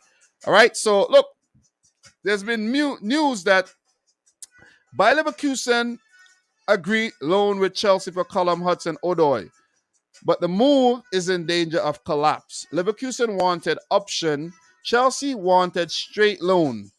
Hudson-Odoi's representative, the brother Bradley, able to convince Leverkusen to take the deal on Chelsea terms. So let us see how that one transpires, and let's see if Callum Hudson-Odoi will be a Leverkusen player, where Leverkusen is in the Champions League, so he'll get to play Champions League football this season as well. So look, there's also some news coming in here from Twitter. Let me see if this one is from Twitter. Let me just bring this one over. This is a guy by the name of Nathan Gissing. He said Chelsea have blocked the decision to let Trevor Chalobah leave this summer, despite interest from Inter, AC Milan, and RB Leipzig. Told the decision was made early on this week. It makes sense. It makes total sense to me. You see what I mean? And let me just share this one with you guys on the screen. I'm gonna get into the habit of sharing these things, so it just don't look like I'm pulling these news articles out of thin air. So that's what's going on there in terms of the Trevor Chalobah situation. And my reasoning was to keep him. Yes, man. Doumbia. That's the man I'm talking about, man. Doumbia. Seydou Doumbia. That guy was a beast, I'm telling you, man. At CSKA Moscow. He was a beast. So, yeah. Those of you guys who would know what I'm talking about. That's about 6, 7 years ago in the Champions League. They formed a formidable partnership there, man. So, look, in terms of some more updates here for Chelsea, let me see what else I have, man. All right, so we got in terms of Chelsea, but Gianluca Di Marzio came out with an exclusive that Man United have made a fresh approach for Barcelona striker Pierre-Emerick Aubameyang. Chelsea continue to push, but have not yet reached an agreement with Barcelona. So that's the latest on the Aubameyang situation as well that I'm seeing here. So Chelsea linked with what? Who they been linked with? De Jong. They've been linked with Frankie De Jong. They've been linked with Aubameyang, and also the Anthony Gordon deal could happen as well. But Everton does not want to let the player go, but we could see that deal actually happening. Maybe a potential deadline day deal with Armando Broja going the other way, because I think for Everton they would need Broja more than Conor Gallagher.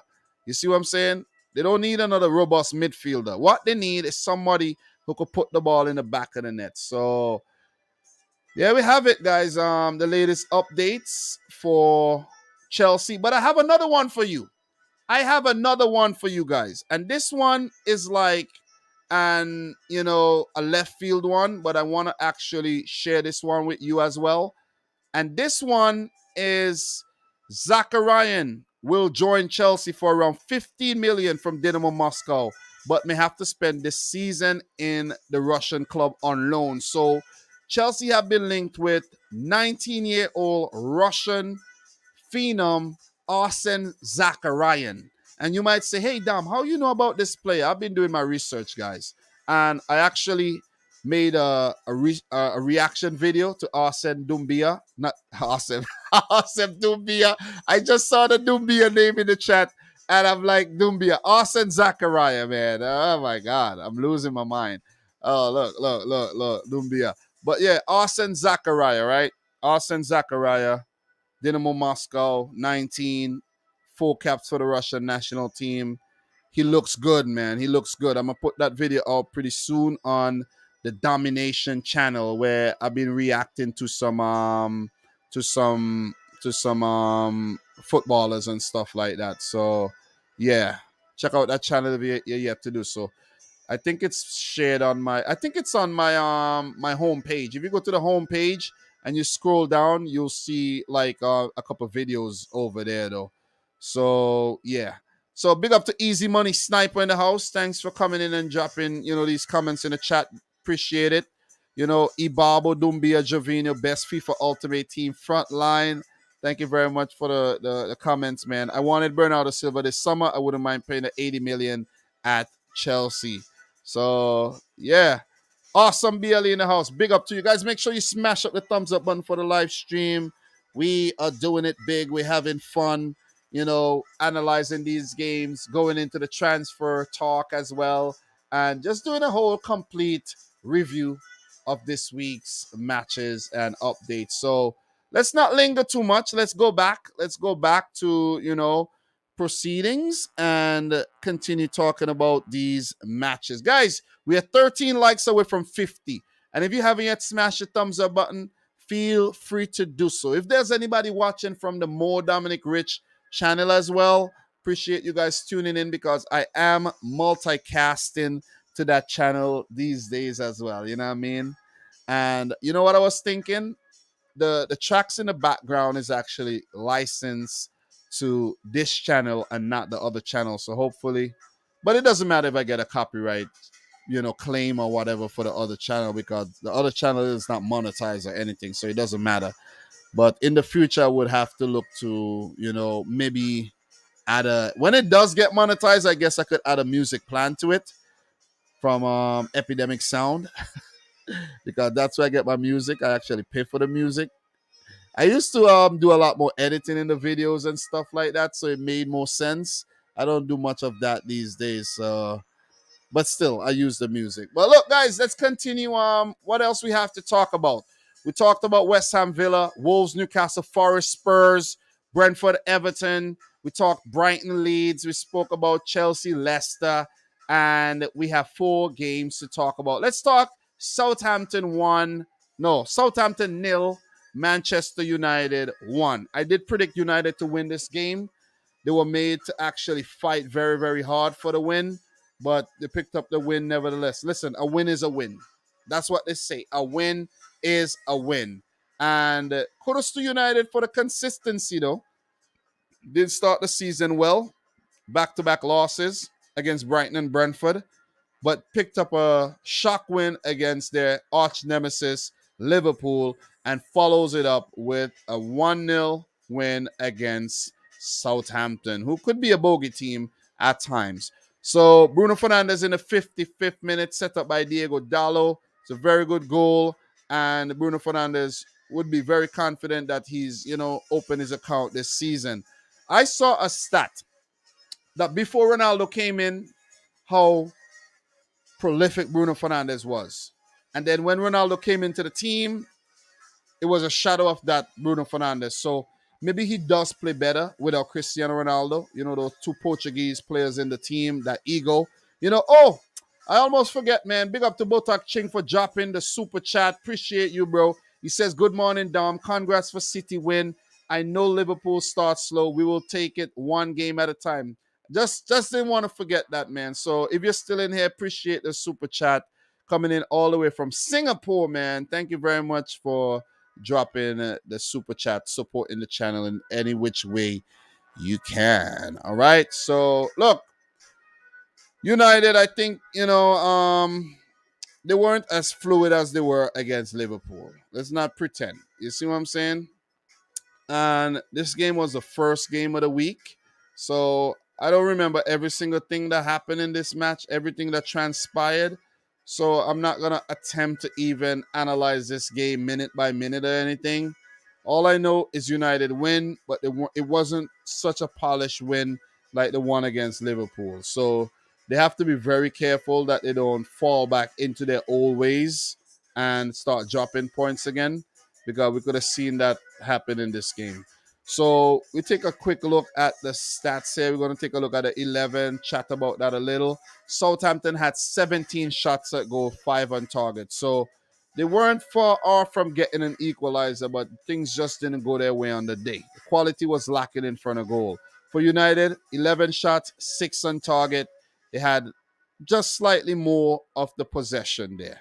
And they had to make 35 clearances. So Southampton, they took the game to United, but just as I said, the quality in the final third was lacking. You could see guys like Bella Kochap, marauding forward and getting some shots off, and Adam Armstrong looked bright in the game. Che Adams as well, without any luck whatsoever. So look, I think it was quite unfortunate, the goal that they conceded as well, because Gavin Bazunu, he could not have stopped that. When Bruno Fernandes got that ball in from Dallo, Bazunu had to move from one side of the goal over to the other side, and he was blindsided by one of his own players anyway. So, in that moment, they just lost. They lost the game in one moment right there. So I don't think they played badly at all. But United, look, they would take anything. They would take anything they get as long as it's 3 points. If you look at their 11, I think Ten Hag went in with the same team. Yep, he did went in with the same team. I thought that Casemiro was going to come in for McTominay, but Casemiro came off the bench. He came on in the 80th minute to make his Man United debut. Fred came on late. Cristiano Ronaldo came off the bench for what could actually be his last appearance for Manchester United. Let's see if that's actually going to be the case. And you could see Harry Maguire on the bench once again. We were talking about Maguire being the most expensive defender of all time. Now it is Wesley Fofana, another Leicester man. But Maguire, I could see a situation where he stays on the bench. Because let's say United start picking up positive results, draws, wins, a little bit of losses, nothing too crazy. Then we might see Lisandro Martinez and Varane only. And maybe in the cup matches, you're gonna see Harry Maguire and Lindelof. You see what I'm saying? You see? So I think Ten Hag, they might be finding their niche in terms of the 11 and the players they're going to go forward with. You see Luke Shaw on the bench, Wan-Bissaka on the bench. These guys were starters. Fred, these guys were starters for, Ragnick and Solskjaer in the previous regimes. You know what I mean? I think Ten Hag would slowly integrate Danny Van de Beek into his setup as well, giving him more game time. Sometime maybe for Christian Eriksen, a little rotation there. Some Europa League minutes as well. So keep an eye on United, though. Even though I want them to fail 199,000%, you got to give props and props due. They've improved in their last 2 games. And with the addition of Anthony, we're going to talk about Anthony very soon, they could only get better. You see what I'm saying? They could only get better. They're actually making an effort by bringing in Ten Hag and by making these elaborate signings, right? And they're bringing in quality players as well. It's not just a Cavani. You see what I'm saying? or let's say a panic buy bringing in a Tellez and then loaning him out, a Dan James type signing. No, it's Anthony, a Brazilian starter, at least a Brazilian international. Casemiro, another Brazilian. So you bring in these quality Brazilians in your team, it could only add positivity. Seriously. Ericsson, I think, is another good addition there. So look, Man United seemingly they're stitching together something, promising here. Lisandro Martinez recovered after the two, early, games to forget. Malasia is, oh man, what an addition. What an addition. Dallo is finally getting game time. Dallo's been there since Mourinho days, and he's finally getting some game time, though. We go over to the Southampton side of things, man. They didn't play too badly. But, it's just one of those days for them, man. It's really one of those days. I got to give it to Musa Genepo, converted to a left back these days. He's been playing well. Mel Bella Kotchap looks very good. Like, he could have a great season for Southampton next year. He's gone. Give it up to Romeo Lavia. It seems like he got a freaking hell of an engine in him. He's been playing all the games, all the minutes. And if you scroll down to the bench, it's nice to see Roman Perrault getting a run out because he was listed as injured. And Lianco also got a run out because there was an injury at the back there as well to Musa Genepo, I think, got injured late in the match there, if I could recall. So, Southampton tried, but the quality, in the final third was absent at the end of the day, and they walk away without a point. So United with 3, pulling things back after the poor start this season. And with that said, Manchester United are 8th right now in the table. I actually forgot to let you guys know who Chelsea are coming up against next. Chelsea will face Southampton on Tuesday. All right, just so you know. And for Leicester City, who are at the bottom of the table, their next game will be against Manchester United. So, yeah, just want to, enlighten you when it comes to that. But, yeah, though. So I actually just let you know who both teams are playing against next. Man United got Leicester and Southampton got Chelsea, right? So tough fixtures for both teams. Let's see how they fare. I'll let you guys know my prediction. I'm gonna be live tomorrow, I think. Yeah, I'm gonna do the live stream sometime tomorrow. I have to prep it. That's gonna be hard work as well. Maybe I'll just sit down here, put on some Afro beats, and get that preview written up. You know what I mean? Some Burna Boy and some whoever else. I'm not gonna get into the names right about now. But I've been listening to some to heavy. I've been rotating the Afro beats heavy lately. So look, let's get into the transfers, man. Let's get into the transfers and talk updates here because I know you guys are enjoying the transfer updates as well. So look, let's talk Southampton first. Let's talk Southampton and see if they have any players that they could be looking to bring out their club. So for Southampton, all right. So this is a weird one. And let me actually share this one with you. You have to see it to actually believe this one. All right. So for this one, it said that Nathan Redmond is being linked, right, with a move to Galatasaray. Wow. Nathan Redmond is definitely out of favor these days. And this is a guy by the name of Nevzat Dindar. He's verified and everything. So translate that. So Nedman, the broadcast continues. So Galatasaray, yeah. So we're not going to get too deep into that. But Nathan Redmond, has never really fulfilled potential. And maybe a move to Galatasaray is what he need. He could be buddy-buddy with Jesse Lingard over there in Turkey. So let me see if I have anything else for you guys here. So they've been linked to the move to with Ainsley Maitland-Niles as well. And Ainsley Maitland-Niles might as well just go in the championship to play because I don't think he's that good. Seriously. Southampton also linked to the move to Man United's midfielder James Garner. And those are the only updates I have there for Southampton. In terms of Manchester United, man, Oh, we got big things to talk about. We definitely got big things to talk about, man. And that is the big signing of Brazilian talent, Anthony. We got to talk Anthony, though. We definitely got to talk Anthony. And let's just bring this up. I'm gonna bring this article up here. And look, I'm gonna bring up. I'm first gonna bring up two articles, right? We're gonna talk. We're gonna take a look at this one from David Austin, who's a very reliable source on Twitter as well. And we're gonna take a look at what Fabrizio Romano is saying, where he would have, a graphic for us to, look at and everything. So David Austin, and this tweet is from 13 hours ago. Proposed transfer fee for impending move of Anthony from Ajax to Manchester United is understood to be 100 million euros, including add-ons. And this is from the Athletic UK. So look, man, let's take a look. Anthony's 22 years old. He's capped by Brazil already. Let's take a look at what Fabrizio Romano is saying. I actually have him on notifications. So yeah, we got it right here, man. We got a graphic. Anthony in the Man United shirt. Pretty sure that is photoshopped on him. And let's take a look at what this is saying. Anthony to Manchester United. Here we go. Agreement in principle with Ajax. 100 million euro fee. Contract until June 2027 with an option until 2028. To be signed tomorrow. All right?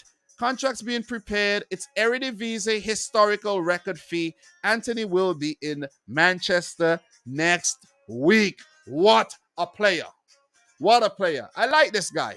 I like this guy. You see what I'm saying? I like this guy. And pause. I like this guy. Ever since he signed to Ajax, I was supposed to do a reaction video to him on my channel, Domination, but I never got around to it. I actually made one today, so I have to edit it and put it out as well, finally. But I didn't include any footage from his Ajax days. I actually put from when he was playing for the Brazil U team and for Sao Paulo. So I'm gonna share that to you guys for you guys to check it out. Whenever it's out there. So look, this is a good signing. Look, I'm not gonna act like it's not a good signing because I'm a Man City fan and he's a Man United player now. Look, man. Oh, I said Lingard, Dele Ali. I meant Dele Ali, not Lingard. Dele Ali. I thought I said Dele Ali. I remember Dele Ali and Lingard with all those stupid celebrations a few years ago. So it's the same guy. They're the same guy. Both of their careers are going down. So they're the same damn guy, man. So look, Anthony, man, I like this player. I like this player. I gotta put it out there. I like this player. I like him for Brazil. I like him for Ajax. And for United, I told him not to go. He still went. I wish him all the best, but I just hope United only pick up silver and bronze and plastic and wood and no gold. Let me just put it out there. No gold. But that's a lot of money to splash, though. That's a lot of money. And that's the only way they were going to get the player if they splash that kind of cash. Ajax weren't taking less than 100 mil. And that's an Eredivisie record. No player out of the Eredivisie, no team paid more money from a player coming out of the Eredivisie than what Man United paid for Anthony. Okay, and there's been some big fees coming out of the Eredivisie. All right, do you guys want to actually take a look at the fees that came out of the Eredivisie lately? You want to take a look at that? We could look into that. We could take a look at that. If I could actually find it, if I could actually find the freaking Eredivisie right about now, let me just take a look at that right now, and I'll let you guys know exactly. Netherlands. Damn, I can't find the Dutch Eredivisie though. So let me just look up Ajax, and I'll find the Dutch Eredivisie, and I'll let you guys know some of the big signings that came out of the Dutch Eredivisie there. So look, Eredivisie. We're gonna pull that up. Let me pull that up right now. Let's have some visual on screen for you. But this is a good player, though. This is a good player. I think Man United did well to get him. And with Sancho, if Sancho actually comes good, Anthony, Bruno Fernandes, Marcus Rashford if he stays in form, Anthony Ilanga as well. United could be a force this season. We said that last season with Cristiano Ronaldo, but they could be a force to be reckoned with. And we will get to Ronaldo. Don't go anywhere. We will get to Ronaldo. So transfers. Let's take a look at record transfers, right? Where's the record transfers at? Record transfers. Eredivisie. Let's take a look at that right about now. Eredivisie. Frankie de Jong, 86 million euros. And after Frankie de Jong, you could see the vast disparity there. Davinson Sanchez from Ajax to Spurs, 42 million. Memphis Depay from PSV to Man United, 34 million, right? Let me bring up the detailed view so we get the other club that was actually involved in the deal, right? So I know these things. So yeah. Ruud van Nistelrooy from PSV to United. So United have been raiding the Eredivisie in the past. Jaap Stam. I remember, I could never forget this. Back in 1998, right? I started playing for cricket, right? Under 15 cricket for my village. And I got an MVP award. I don't know why I'm telling you all this, but I got an MVP award for the, most valuable player, of course, for that season, like a breakout player. I was only 11 years old, and they gave me a Guinness Book of Record. And I think Jaap Stam was actually, if I could be wrong about this, but I think this was a record. It was probably actually a record fee for a defender, or might have been for a player when he was signed from United. 17 million back then was big money. Big money. Barcelona only paid 15 million to PSV for the R9, the real Ronaldo. And Barcelona used to raid Ajax in the past, of course. You guys should know these things, you know what I mean?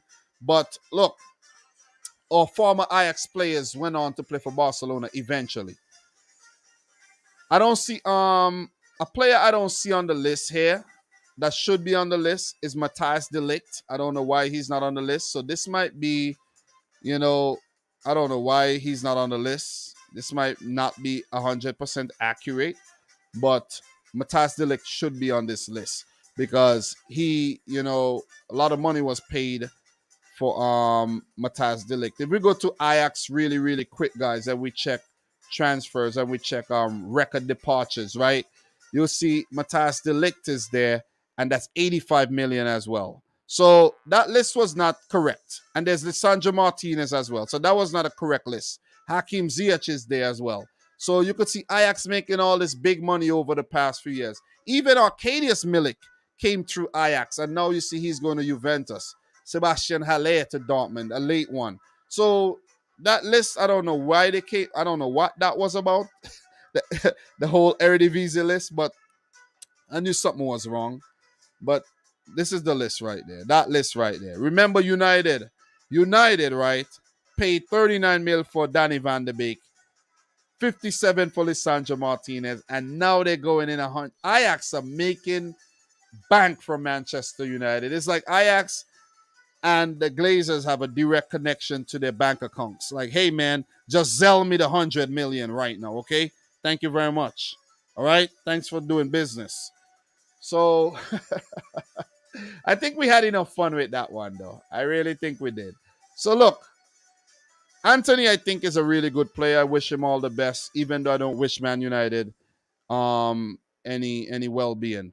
So, Martin Dubravka has told Newcastle that he wants to leave and join United. That's from a day ago.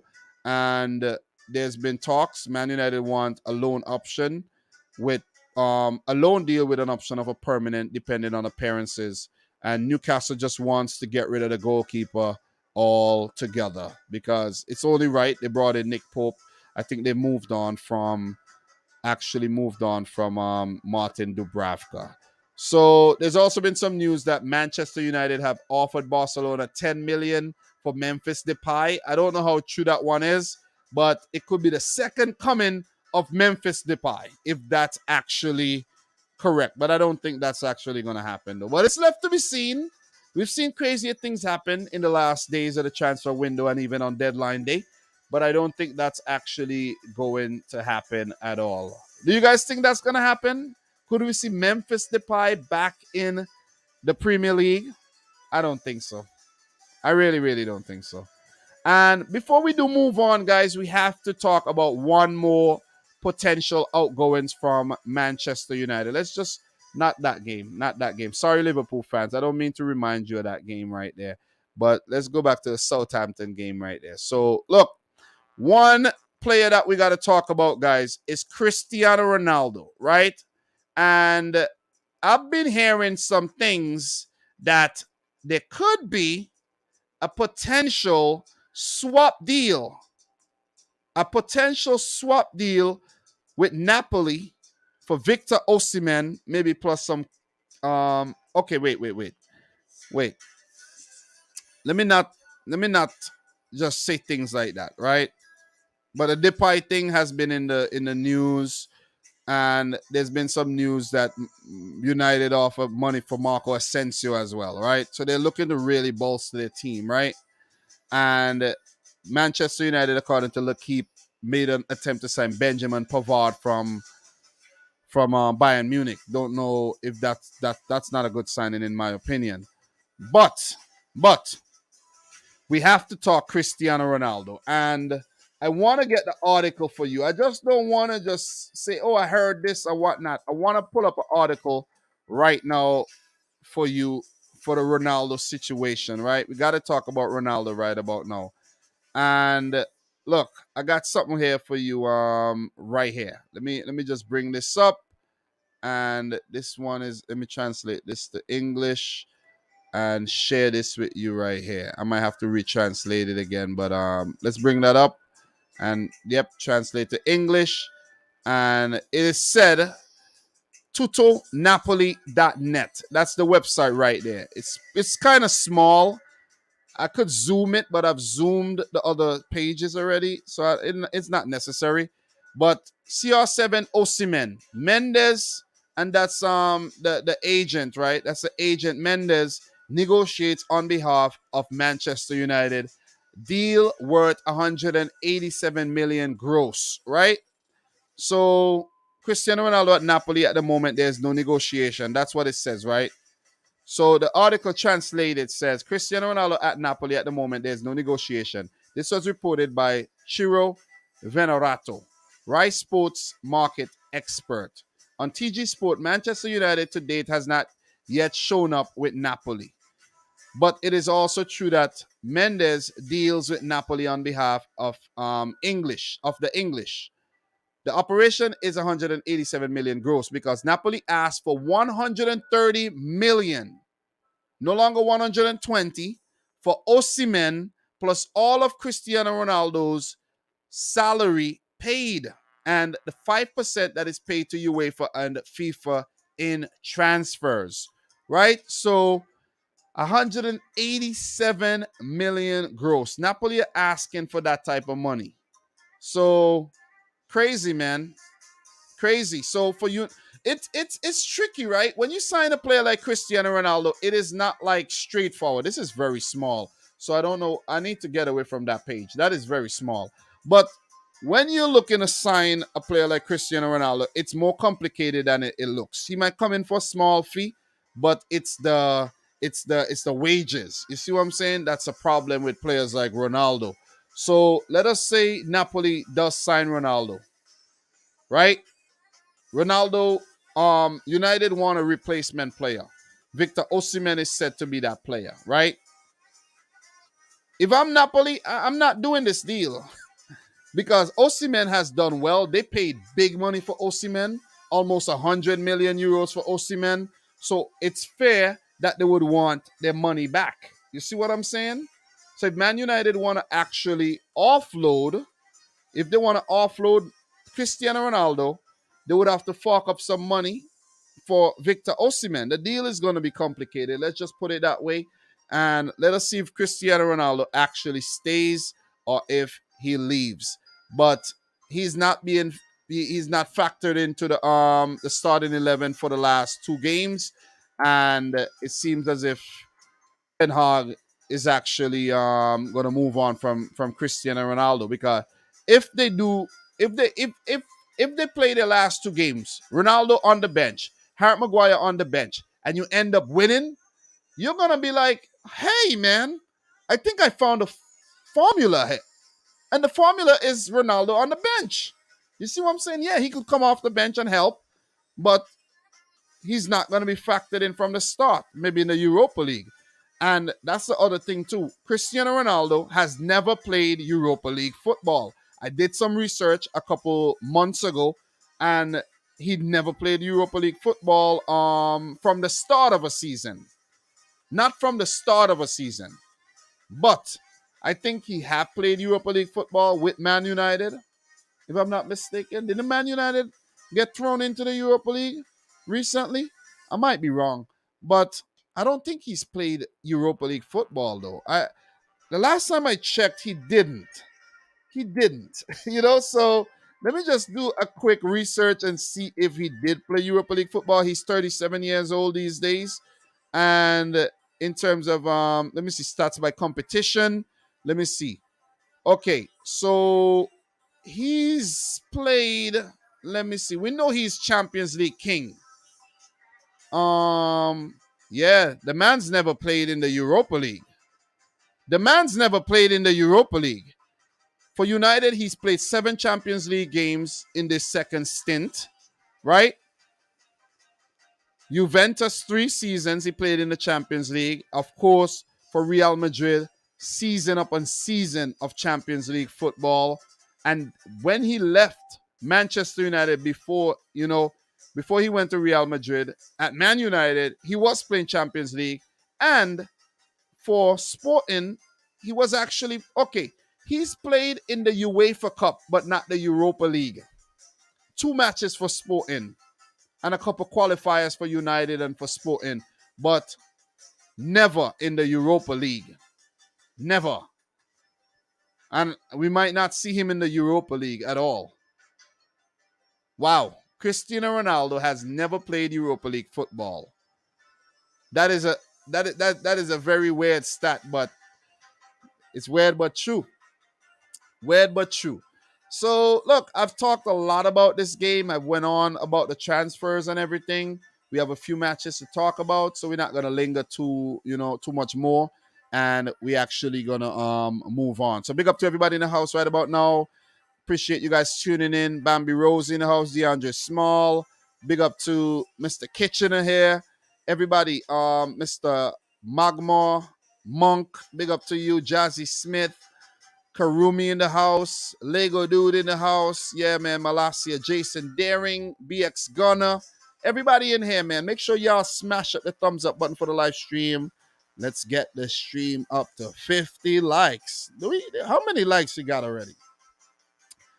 We got 50. Yay. Yay, man. And we got 60 people in here right now. I'm pretty sure there's a lot of y'all in here who are yet to like the video.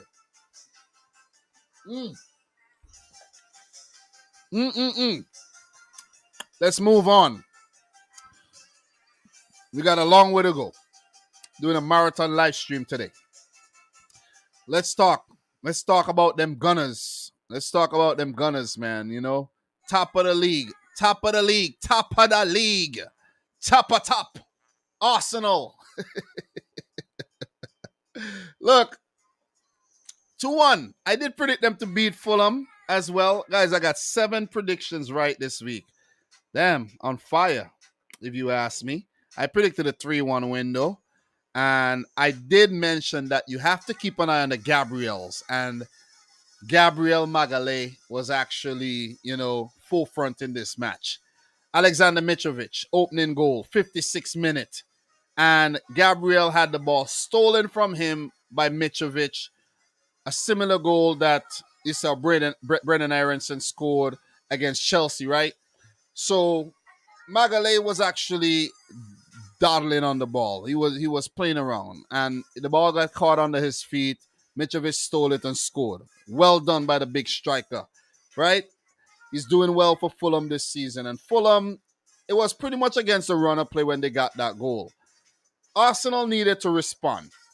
And Martin Odegaard has been a hell of a player for Arsenal already. He's a midfielder, and he's bagging goals. He's picking up assists. And just to segue a little, Liverpool doesn't have this type of midfielder, right? Just listen to what I'm saying. Man City got that type of midfielder that's going to give you those goals. Liverpool does not. Arsenal got that midfielder. Liverpool does not. You see what I'm saying? Chelsea got that type of midfielder, but, Mason Mount is being played out of position. I think Mason Mount should be in the midfield. I think he's being played out on the wings sometimes, most of the times.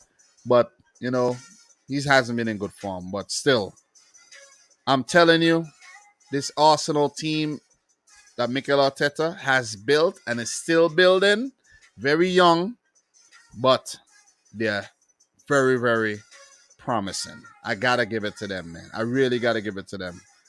Martin Odegaard in the 64th minute, set up by Saka, who hasn't been, in the limelight as the likes of Gabriel Jesus and Odegaard, Saliba and co. But Saka would always, be there doing his thing. And the less attention he gets, maybe the better he will play too when you really think about it. You know what I mean? You don't want that pressure.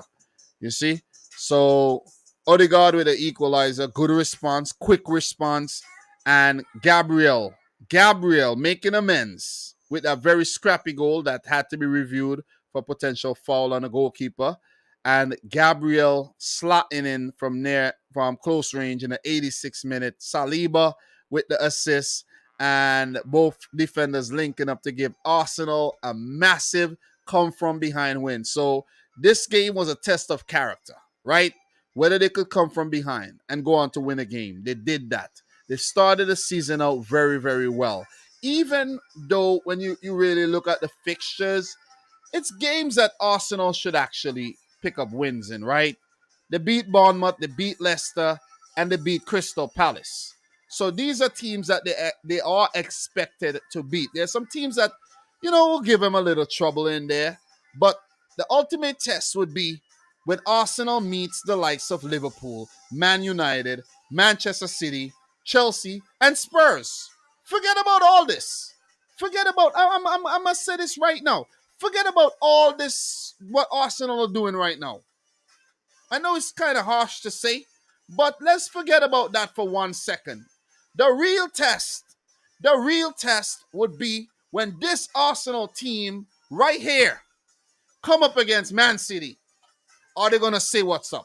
When they come up against Liverpool, are they going to say what's up? When they come up against Chelsea, when they come up against Spurs, against United, when they meet teams like Brighton, who are going to be very, very troublesome, when they meet Newcastle, if they could get past these tests, then you could talk about Arsenal potentially challenging for the title. As of now, I think we better hold our horses, man. They've had a great start, 12 points in the available 12. They're top of the table, but let's not get too carried away, please. Let's not get too carried away with Arsenal here. Please, let's not get carried away, okay? Let me just say that right now. As for Fulham, it's a good effort. Very, very good effort. They almost walked away with something. Bernd Leno was massive in the game. Some huge saves that he had to pull off. Fulham were very, persistent. They frustrated Arsenal, and they almost walk away with something from the match, though. But, it's the Gunners that, walk away with the 3 points. I think well-deserved in the end. They fought hard. And, look, they're showing a lot of character. And if you're going to challenge for the title, you're going to need that. You're going to need that. Look, Thomas Partey was absent. I don't know for what reason. I think he picked up an injury in training. Mo Elneny slotted in. Seems like Arsenal are going to keep him at the club for the remainder of the season. But, it's things that Mikel Arteta have been doing. Like, if you could see some of these substitutions, bringing on Tomiyasu, bringing on Rob Holding at the end there to just show things up, right? Eddie Nketiah coming in there, giving him some game time.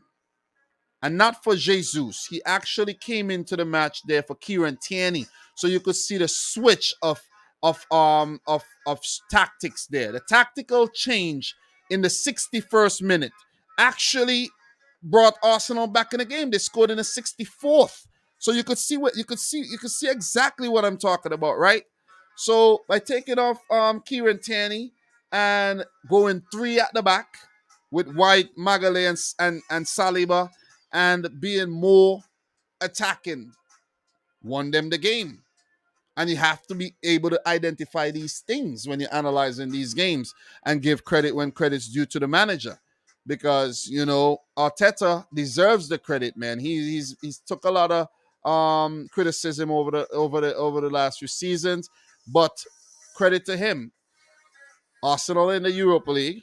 Bam, he won an FA Cup.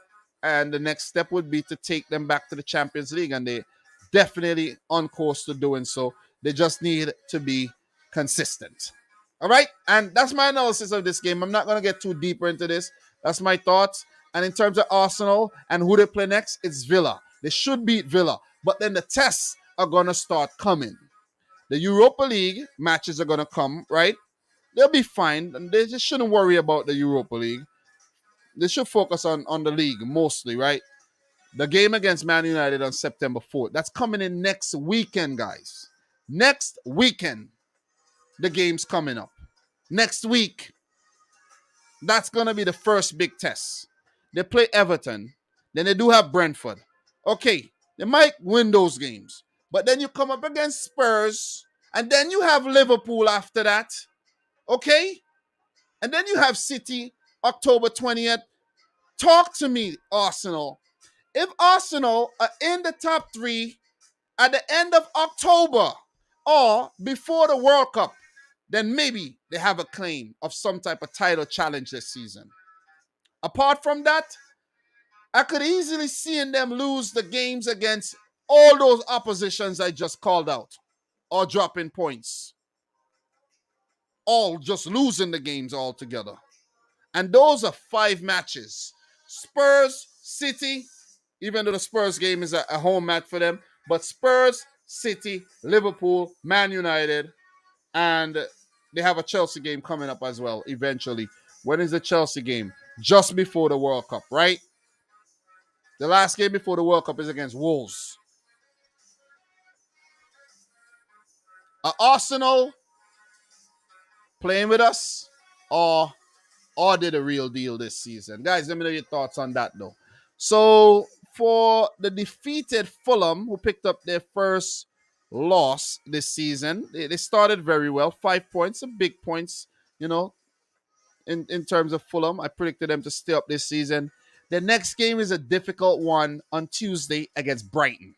That's going to be tough. Then they play Tottenham and Chelsea, back-to-back London derbies there.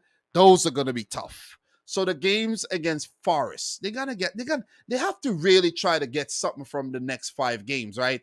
Newcastle, Forest, Tottenham, Chelsea, and Brighton. Got to get something. Or we're going to start talking relegation again when it comes to Fulham.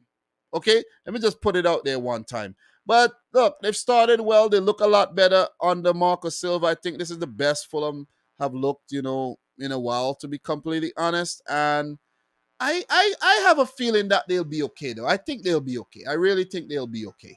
So, look, in terms of some transfer updates for both these clubs, let me see if I got anything for you. Fulham should look to bring in some more players, though. I think Fulham will make some more signings, and we might see something from Arsenal, but we're not going to spend super long. We shouldn't spend super long. So, Fulham face potential competition from Ajax in pursuit of Justin Kluivert. Ooh, Kluivert was a former Ajax player as well. So, let's see if they do get their man. Let's see. So, look, there's been some news that Fulham placed bid for Sao Paulo defender Luizão. Craven Cottage side not willing to wait for free move. Okay, so we could see a Brazilian coming in for Fulham. Okay, so let me see. Fulham were also in talks to sign Sergio Reguilon, but he's not going to Fulham. He's going to Atletico Madrid. All right, so that is the updates. Latest updates. I did give updates in the preview that I did Friday. So today's Sunday. So there's not going to be much new things that I could actually talk about. But There are new updates. There are new updates. So in terms of the Gunners, let me see what I got for you guys in terms of Arsenal and some transfer updates here. So look, I did talk about a young former Arsenal youngster going to where Tottenham, youngster there, and let me see.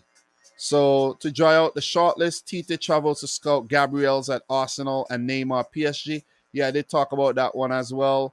But Ainsley Maitland-Niles is the latest player that could leave Arsenal, as Nicola Pepe just actually left for Nice on loan. Okay, so that's the latest updates. I haven't seen anything on Yuri Tillemans over the last couple of days in terms of my source here, but if I think I don't know if Fabrizio Romano have been talking about Yuri Tillemans, but it's slowed down a bit when it comes to Yuri Tillemans though.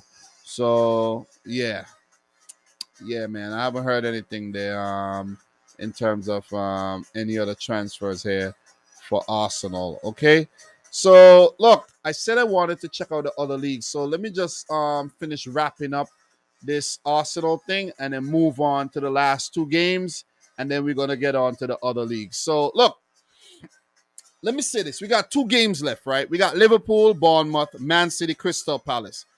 I'm going to run through these matches. I'm not going to spend half hour on both matches each because I actually already made videos on these games already. Both matches, there's 20-minute videos after the matches. Yesterday I put out those videos. So I appreciate everybody who has been, supporting and watching those videos, dropping a like and a comment and all that good stuff on the videos, though. You know what I'm saying? And they're doing well. They're doing well. So thank you very much there. So I won't be clipping out any one of these sections to put out for the City game or the Liverpool game. So let's get into those and we'll talk some transfers as well, potential transfers. Let's talk Manchester City 4, Crystal Palace 2. So in this game, John Stones in the 4th minute and Joachim Andersen in the 21st minute. Both goals credited to Crystal Palace, of course. We were shell-shocked, I gotta say. We were hit. We were sucker punched. It's like they crept up from behind and hit us, shot us in the back. I'm telling you, because that's what it felt like, man. That's what it felt like, seriously. Because that was a very patchy start. I don't like it, but it's also very fun. Seriously, you're like 2-0 down and you come back and win 4-2. That's fun. Izzy with both assists for both goals. The John Stones goal, it was Izzy's ball into the box, and Joachim Andersen, Izzy's corner again for Andersen to head in. Andersen is a hell of a player, though. I could see him playing for a top 6 club in the future as well. So, look, being 2-0 down at halftime, Man City did get a few chances to score without success, and they needed to bounce back in the second half for sure. These were the only 2 shots at goal for Crystal Palace. Let me show you.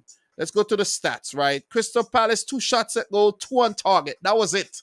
So don't think Crystal Palace had Man City reeling for those 2 goals. It was against the runner play. They got the goals. They got lucky. All right? Zaha didn't start. We got lucky, maybe. You see? Because they've been our bogey team. We failed to beat them last season, right? And I hate playing against Crystal Palace. I hate it with a passion. And I was like, oh, not again. Not again. We're losing to Crystal Palace. What the boys did, I don't know what Pep said to these guys, but what they did in the second half is nothing short of brilliant, man. I'm telling you, it's one of the most amazing comebacks I've seen and one of the best matches I've seen by a Manchester City team. I gotta say, seriously, I gotta say, this is brilliant, man. It's reminiscent. What we've been doing recently is reminiscent of the title-winning goal by Aguero on the final match there against QPR. You see what I mean? When the Edin Dzeko scored and then Aguero scored, so it's like it's brilliant, man. It's brilliant, and we've been doing it what? This is what, the fourth time in the last 6 matches, if I'm not mistaken? Oh my God. Against West Ham last season, Aston Villa to finish off the season with to win the title. And then last match against Newcastle coming from 3-1 down. And then from 2-0 down to win 4-2. Bernardo Silva? God damn. That was a hell of a goal.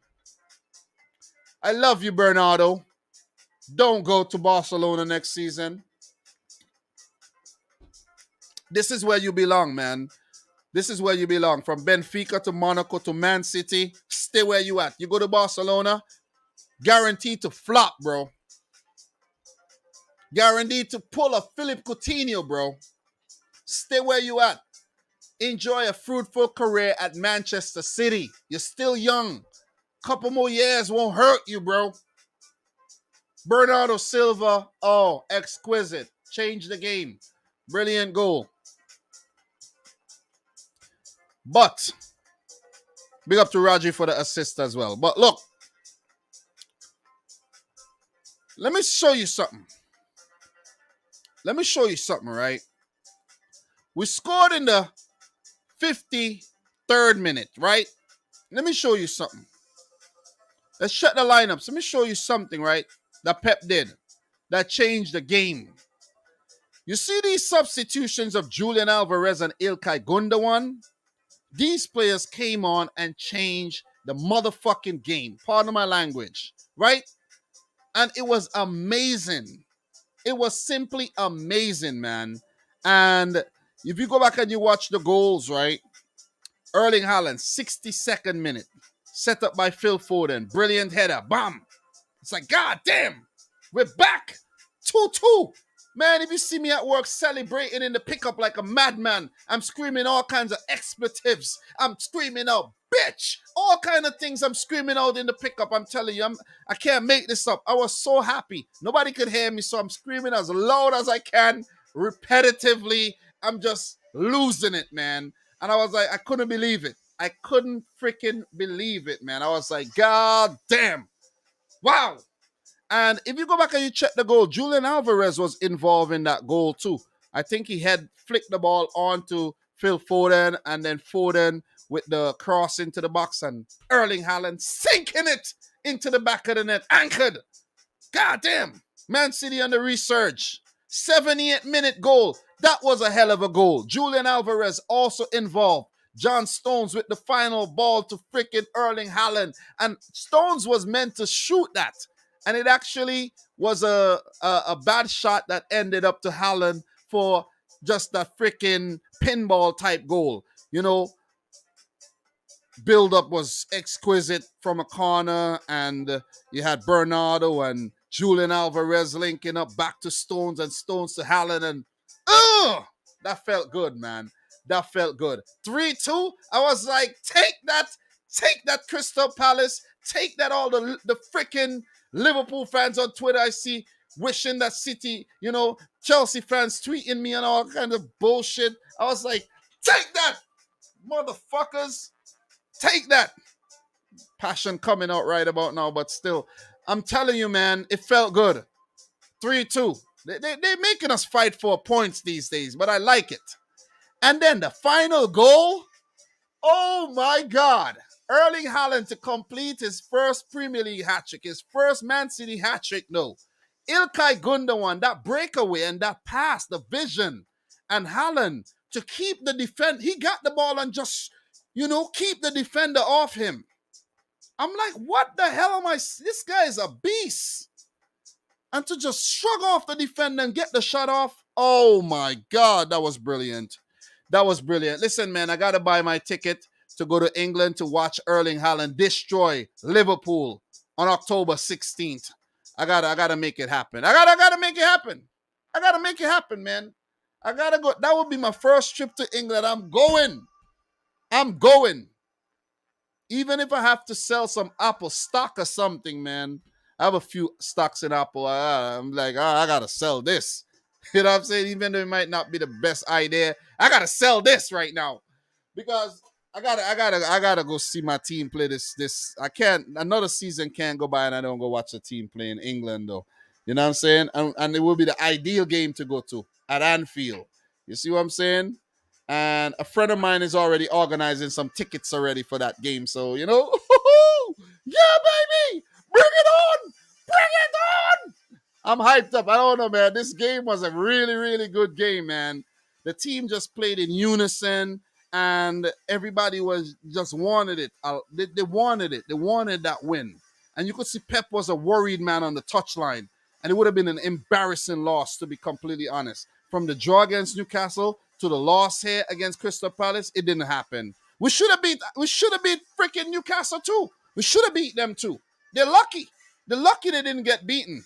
Coming back from 3-1, beating 4-3. They're lucky they weren't. That red card, if that red card had happened, Newcastle would have been your throat cut show. Cut. But anyways, look, big win for City. You know, I'm drooling over this team right about now.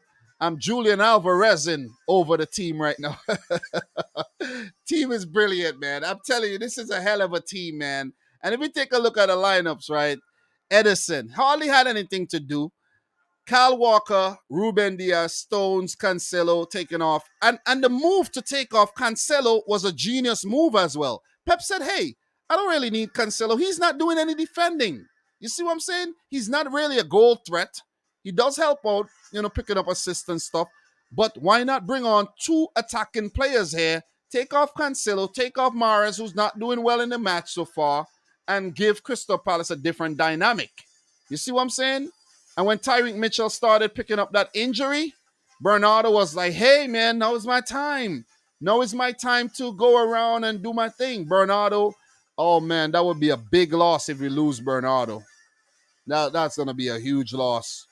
That's going to be a huge loss. So for Bernardo Silva, I think his contract goes on until 2025, if I'm not mistaken. So it's not like if he's going to actually go for cheap. He's rated at 80 million. He's 28. Bernardo's 28 these days. I thought he was younger than that. Bernardo's 28 these days. And his contract goes up to 2025. So even if Barcelona wants him, they'll have to fork up about 80 racks. You got to fork up the money. You got to fork up the money for Bernardo. And I feel good about that his contract is until 2025. You know what I'm saying? Because any team wants him, PSG or Barcelona, you're going to have to pay good money. Look, Rodri. Rodri has been doing, oh man, nobody can criticize Rodri now. You can't criticize him. What are you going to say? What are you going to say? Kevin De Bruyne didn't have the best of games, but still very influential, of course. But it was the Bernardo magic, man. You know, Phil Foden wasn't as selfish as he was in previous matches. You know, I think he did get an opportunity again to square. He didn't. I could remember that. But it wasn't clear cut. It wasn't as clear as the previous ones. But Erling Haaland, oh my God. Oh my God. But look, just to talk about the guys on the bench, Ilkay Gundogan, Cole Palmer came off the bench. Sergio Gomez got a run out as well for his Premier League debut. He's the new left back. And Julian Alvarez could be as important as Haaland for us to win the title, or maybe one of them cups. I'm not going to say any names this season. So it's nice to see guys like Claudio Gomez on the bench. I want Pep to give him some game time as well. I want to see Wilson, S. Brown, and Rico Lewis. We will see these players when we do have cup matches, though. And I think we will see them in some Champions League games, as our group isn't that demanding, in my opinion. So, you know, look, Crystal Palace, I think they went out there and they tried their best, you know, but their best wasn't. I think one of their shots, too, was that Czech Doucouré shot. The own goal didn't count as a shot. Was the goal by Joachim Andersen, and Czech Doucouré blast one from distance. That's all I could remember. But I think Jordan Ayew played very well. Eberiche Eze, he's a gem. You know, Mark Guehi is a very, very good player. Tyreek Mitchell, you know, bright future. Sad to see him go out with injury there. And those are some of the bright spots on the day for Crystal Palace. Chris Richards, Michael Olise, Will Hughes, and Jean-Philippe Mateta came off the bench, and to no success whatsoever. So big win for Manchester City, and they are second in the table, only behind Arsenal And it's a good start to the season. I'm actually pleased with the start. Relieved not to lose against Newcastle last week, and feel very, very relieved to come from behind to spank Crystal Palace 4-2. So, don't want to talk too much more about this game. I feel good. You know what I mean? I give a little passionate review again, and we shall move. For Man City, the next game is against Nottingham Forest. It will be a home match this Wednesday, followed by a Saturday game against Aston Villa on the road.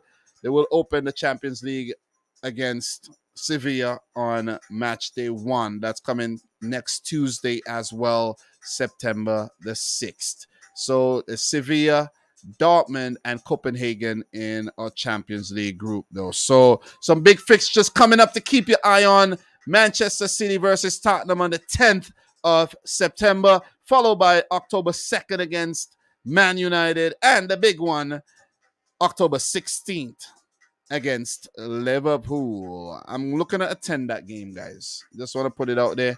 And then we got Arsenal. I'm looking to go to England, though. I'm looking to go to England to watch that game. I don't know if it's going to actually happen, but I got to buy the ticket and start making the move, though. So, look, Dom says, Philip said, Dom, save your money. Haaland won't destroy Liverpool. Okay.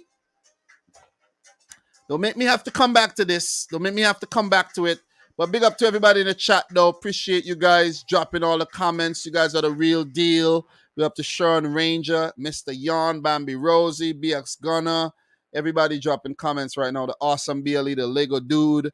Philip Bidwell saying the best match in your group is the Champions League when Haaland plays against his former team, Dortmund. Yes, indeed, indeed, indeed. Indeed, it will be a match to look forward to. I hope he destroys Dortmund. Actually, we didn't do well against Dortmund the last time we played against them. They actually, it was a close tie, kind of controversial one I could remember as well. So we have to be very, very careful of Borussia Dortmund. So guys, we got 64 thumbs up on the video if you haven't yet done so. Make sure you like the video.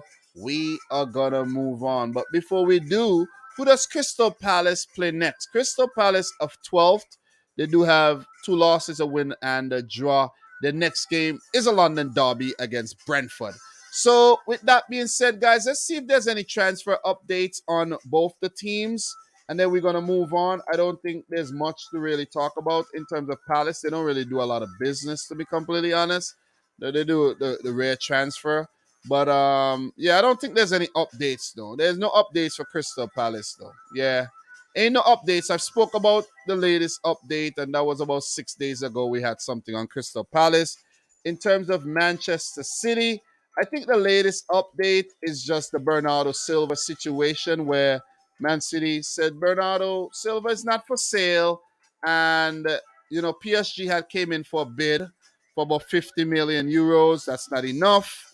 And Barcelona was still interested in the player. And Man City saying, hey, man, no, we want to keep our player. You know what I mean? It's our player. You're going to have to fork up some more money for the player. You know what I mean? So, look, what else we got here in terms of any more transfer updates, though? Yeah, that's it. That's pretty much it. I don't think City's going to sign any new players. Sergio Gomez was the latest signing. He's a left back. And Haaland, of course, brought in. Julian Alvarez was on loan at River Plate, came in for the first time. Calvin Phillips, we're yet to see much of Calvin Phillips as well. And you see a few youngsters coming up from the academy in Wilson Esbran. Rico Lewis, I'm very excited about as well. Claudio Gomez, Luke Mbete, and all them youngsters. Cole Palmer, around the squad still. So that's it for that game, guys. Let's land the plane and let's talk about this game once again. Unbelievable stuff. Unfucking believable stuff. Liverpool 9. Listen, they all they needed to do was score 2, pick up the 3 points. But nah, you want to go and score 9. And I'm telling you, the floodgates was wide open on the day. A big gaping floodgate for Liverpool to just go. As a matter of fact, I have to go as far as to say I'm very disappointed in Liverpool for only scoring 9. I'm very disappointed, seriously. Because if you check the stats here, 19 shots, 12 on target, right? 19, 12. They were very clinical in the final third. Almost 70% of the ball. But 19 fucking shots, 12 on target, that's a lot. That's a lot. And the conversion rate was unbelievable on the day. So, totally dominated Bournemouth, who went through a run of some horrible fixtures. 15 goals conceded in the span of 3 games. That won't do well for their goal difference and their survival chances, or their chances of survival, whichever way you want to put it. But 3 against the Gunners, 4 against Man City, and 9 against Liverpool. Bournemouth, I'm relegating you. I've relegated you from the get-go, and I'm relegating you again. Bournemouth should get double relegated. They should go straight into League One after this.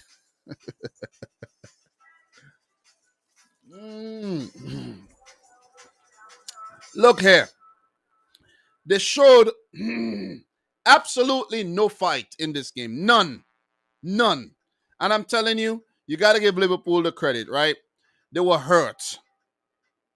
They felt beaten coming in the game. But they knew it was only 3 matches in, and hey man, it's only 3 matches. Why are we worrying about this? We lost to United. Okay, let's brush that off and go again. Luis Diaz in the 3rd minute. That was Firmino with that ball in. Okay, I thought it was Trent. And Harvey Elliott in the 6th minute. Liverpool were just running riot. Firmino again with the assist. So Firmino scored twice and picked up 3 assists. And in that moment brought up his 100th Liverpool goal, if I'm not mistaken. So, look, Firmino against Bournemouth was Ronaldo Nazario. It wasn't Firmino playing out there. It was Ronaldo Nazario. It was not Firmino, who against Man United looked very, very poor. So, in the earlier stages of that game, he did grow in the match. But Firmino doing the damn thing. Trent Alexander-Arnold, what a goal, man. I said that when I was watching the City game, I was listening to the Liverpool game. So I'm watching and listening, right? That's how you watch 2 games at the same time. You watch and listen. And then I had to look up momentarily when, the commentators getting hyped up. And what a freaking shot by Trent. I criticize his defense. But going forward, we know he's a good player. We know that. But defensively, he's not good. He wasn't tested on the day either. So he had a great day. He had a fantastic day. And he would be hoping for more days like that. But that was a hell of a goal. Definitely candidate for one of the goals of the season. Then Firmino chipped in with the 31st minute goal. And then we had one from Van Dijk. So 5-0 at halftime. Carnage, man. Carnage at Anfield. Massacre on the day. Andy Robertson with the assist for that Van Dijk goal from the corner. Headed in. Free header. So Liverpool went on to score 4 in the second half without reply as well. With Firmino in the 60s. Well, Chris Mepham tapping in that Trent Alexander-Arnold cross for that own goal. And then Firmino in the 62nd. Then there was a goal by Fabio Carvalho in the 80th minute. Costa Tsimikas with the assist. And Tsimikas with another assist for that Luis Diaz goal in the 85th minute. So Liverpool had a perfect day, man. It was a perfect day. And I even heard Klopp said that he didn't want to humiliate Bournemouth too much. So Klopp, what was that? What exactly was that? But I understand what he was saying, because if you really check the lineups, right, and you check the players that Klopp actually used, you could see that Stefan Bajcetic got a run out. That might have been his Premier League debut as well. And Bobby Clark, I know for sure, he tweeted out that was his Premier League debut. So James Milner, Tsimikas, Fabio Carvalho were the other players used off the bench as Liverpool romped to a record 9-0 victory. No team has scored more than 9 goals, as there's a few 9-0 drubbings. Recently, we saw Southampton getting hit for 9 twice by United and by Leicester City. And I think I did save I saved something when it comes to the record losses, but I can't remember where I saved it though. I did save something where for the record losses, but we're not even gonna get too deep into that right there. But Liverpool, their win is actually up there in terms of the record for sure, for sure, for sure. I saved something though. I just can't remember where I saved it. I thought I saved it on the phone, but I didn't. I think maybe I can't remember. It doesn't really matter. But look, big win, man. Big win, and it was needed. The players were under pressure. They delivered. I'm not even gonna get. I'm not even gonna get. I'm not even gonna get on Bournemouth too much though, because they tried, man. They really tried. Dominic Solanke, homecoming for him at Liverpool. Could remember Liverpool swindled Bournemouth out of a whole lot of money for him. But the quality of this Bournemouth team is just lacking. And if this is not a game where Scott Parker is convinced that Neto must be in goal, even though I don't think Mark Travers was at fault, but you got to take him out the firing line, man. The man just conceded 15 goals in 3 matches. You got to take him out of the firing line. You see what I'm saying? You got to take him out. Marcos Senesi, that's a rude awakening. That's a baptism of fire for him in the Premier League. You got to take him out. But when you look around the team, they've not signed enough quality. Marcus Tavernier was signed as well, but it's not enough. It's not been enough. Senesi, Tavernier signed, and it's not enough players. I can't even recognize the new players from the old players. Seriously, because there ain't many. There's not many distinguishable players in this team. This is a championship level team you're coming up here with, Scott Parker, and think you're going to survive? Or you feel good because you beat Villa on the opening day? No, rude awakening.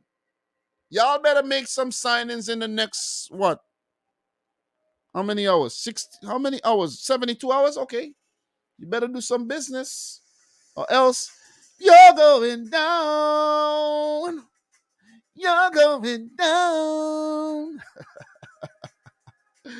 Oh, man. But, guys, look, big win for Liverpool. Complete performance, I got to say. Van Dijk and Gomez wasn't tested, really. And it was just Robertson and Trent just doing their thing on the wings. Fabinho, just anchoring, not much to do. But impressive game from Harvey Elliott. He was actually subbed off at halftime. And, I like that Klopp did that, to be honest. He had a good first half. He scored. And it's only right for a player who struggled with injuries in the past to actually go off and, let another potential, star come on. And Fabio Carvalho, I think, should be a starter for Liverpool. But we're not going to see that. Unfortunately for Liverpool fans, you're not going to see. I think Klopp's going to persist with Henderson. But Henderson, bro, let me say this right now. Your days are very numbered. Because you're not being creative enough in that middle of the field there. He's not renowned for his creativity. He's more very hardworking midfielder who, was laughed at a few years ago, but did grow into a solid player, a respectable player, to be honest. But if Klopp wants this team, to fight for the title, you got to push Fabio Carvalho. And I was saying that Fabio Carvalho could be that missing piece. Maybe Liverpool are thinking they need to sign a midfielder. Maybe they already got the midfielder in Fabio Carvalho. Look, Luis Diaz had a great game. We know how good he is. He's dangerous. Liverpool will have more to offer. Liverpool are going through an injury crisis as we speak, guys. Look at their bench. If you want an example of how much they're going through an injury crisis, look at their bench. Okay? Who is Harvey Davis? He's a goalkeeper. Who is Stefan Bajcetic? I don't know. You see what I'm saying? We may have heard of Bobby Clark before, but there's not much quality on the bench. If you want game changers, there's only Tsimikas and Carvalho, who could really change a game for you. And that's not even going to mention Milner.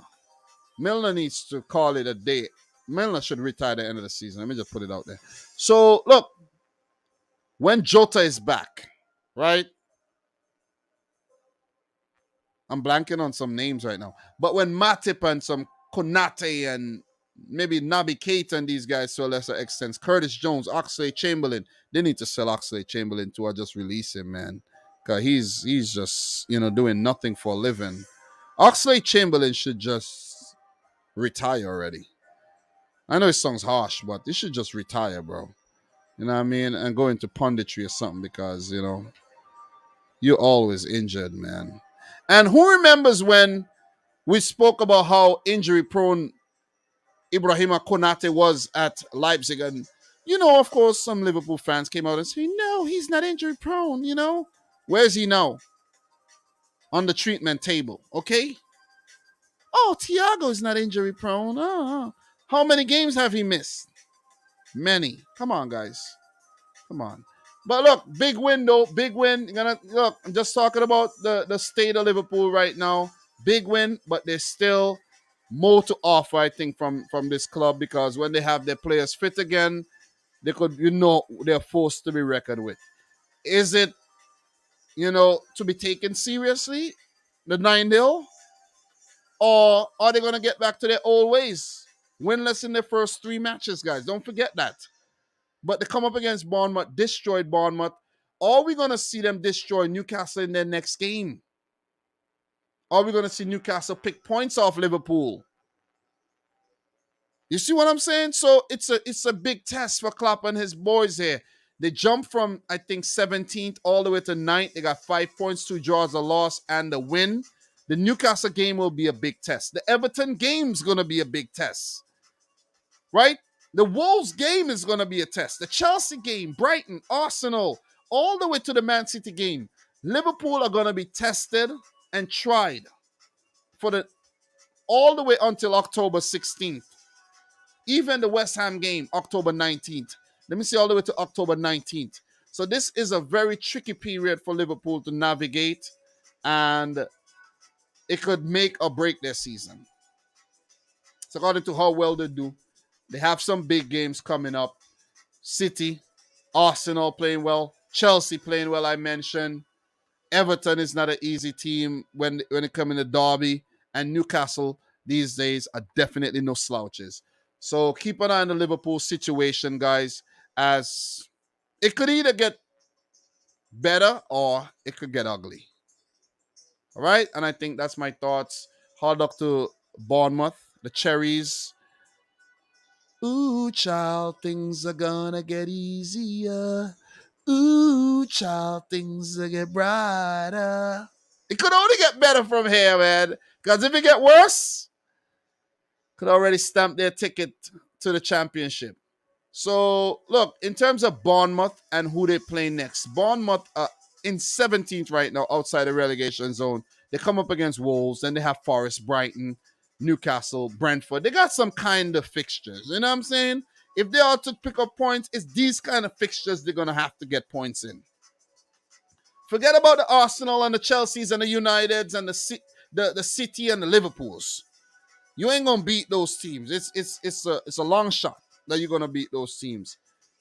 You have to pick up victories against the fellow promoted teams and the struggling teams like an Everton, like a Leicester, a Wolves, those teams. You see what I mean? And Aston Villa, those teams. So, look, I know Klopp would be a happy man. He ain't got to make any excuses. They won the game. Going to look forward for the Champions League matches where I think Liverpool got a kind draw as well.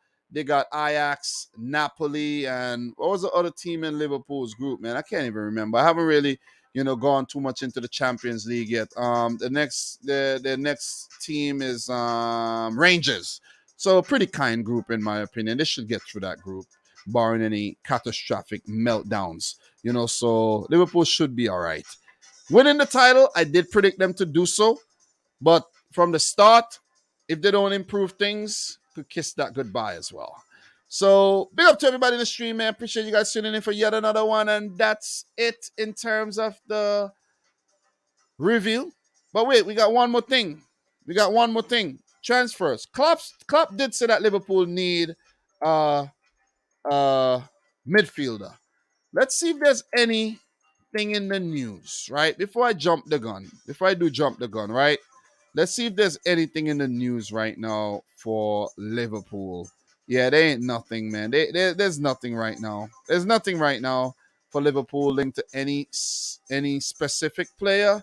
But in terms of Bournemouth, there must be some type of link to somebody because they need reinforcements, man. Seriously, I don't think the team that they have is good enough. So let me see what I got here. So okay, look, there's been a little tidbit here in terms of Liverpool and some players. James Milner and Lee Clark came on as subs for Newcastle in a 2-0 Premier League defeat at Bolton on the 24th of August 2005. Today, just 3 days over 17 years later, James Milner and Bobby Clark, Lee's son, came on as subs for Liverpool in a 9-0 win over Bournemouth. Goddamn, James Milner need to retire. I told you guys that. Wow, he came on as a sub with Bobby Clark's dad for Newcastle. That's a great little tidbit right there. I like that. I really, really like that. I like that. So, look, 3 days ago, Scott Parker said, we need bodies in at Bournemouth. Bournemouth head coach Scott Parker admits the club still needs to add to his squad and hopes to make signings before the end of the transfer window. And that was actually before the beatdown. If the board, the Bournemouth board, didn't believe that they needed any incomings or any reinforcement, that belief has since been renewed or solidified. But they got to make some signings. And not bringing in an Ainsley Maitland-Niles from Arsenal. He ain't going to do nothing. He ain't going to do nothing to help you. You got to go over to the French league and make a quality signing if you could convince a player to come to the club. You see what I'm saying? You got to do something, man. You got to go to Brazil or something and pick out a wonder kid, like a Gabriel Martinelli type signing. You just got to go and pick somebody out and say, come on, man, work a little magic for me. Help me stay up, because if anything isn't done, they're going down, man. They're going down. So that's it. That is it. Big up to everybody in the stream. Guys, I want to talk about the other leagues. So I want to just react to what's going on in the other leagues. That's what I actually want to do, okay?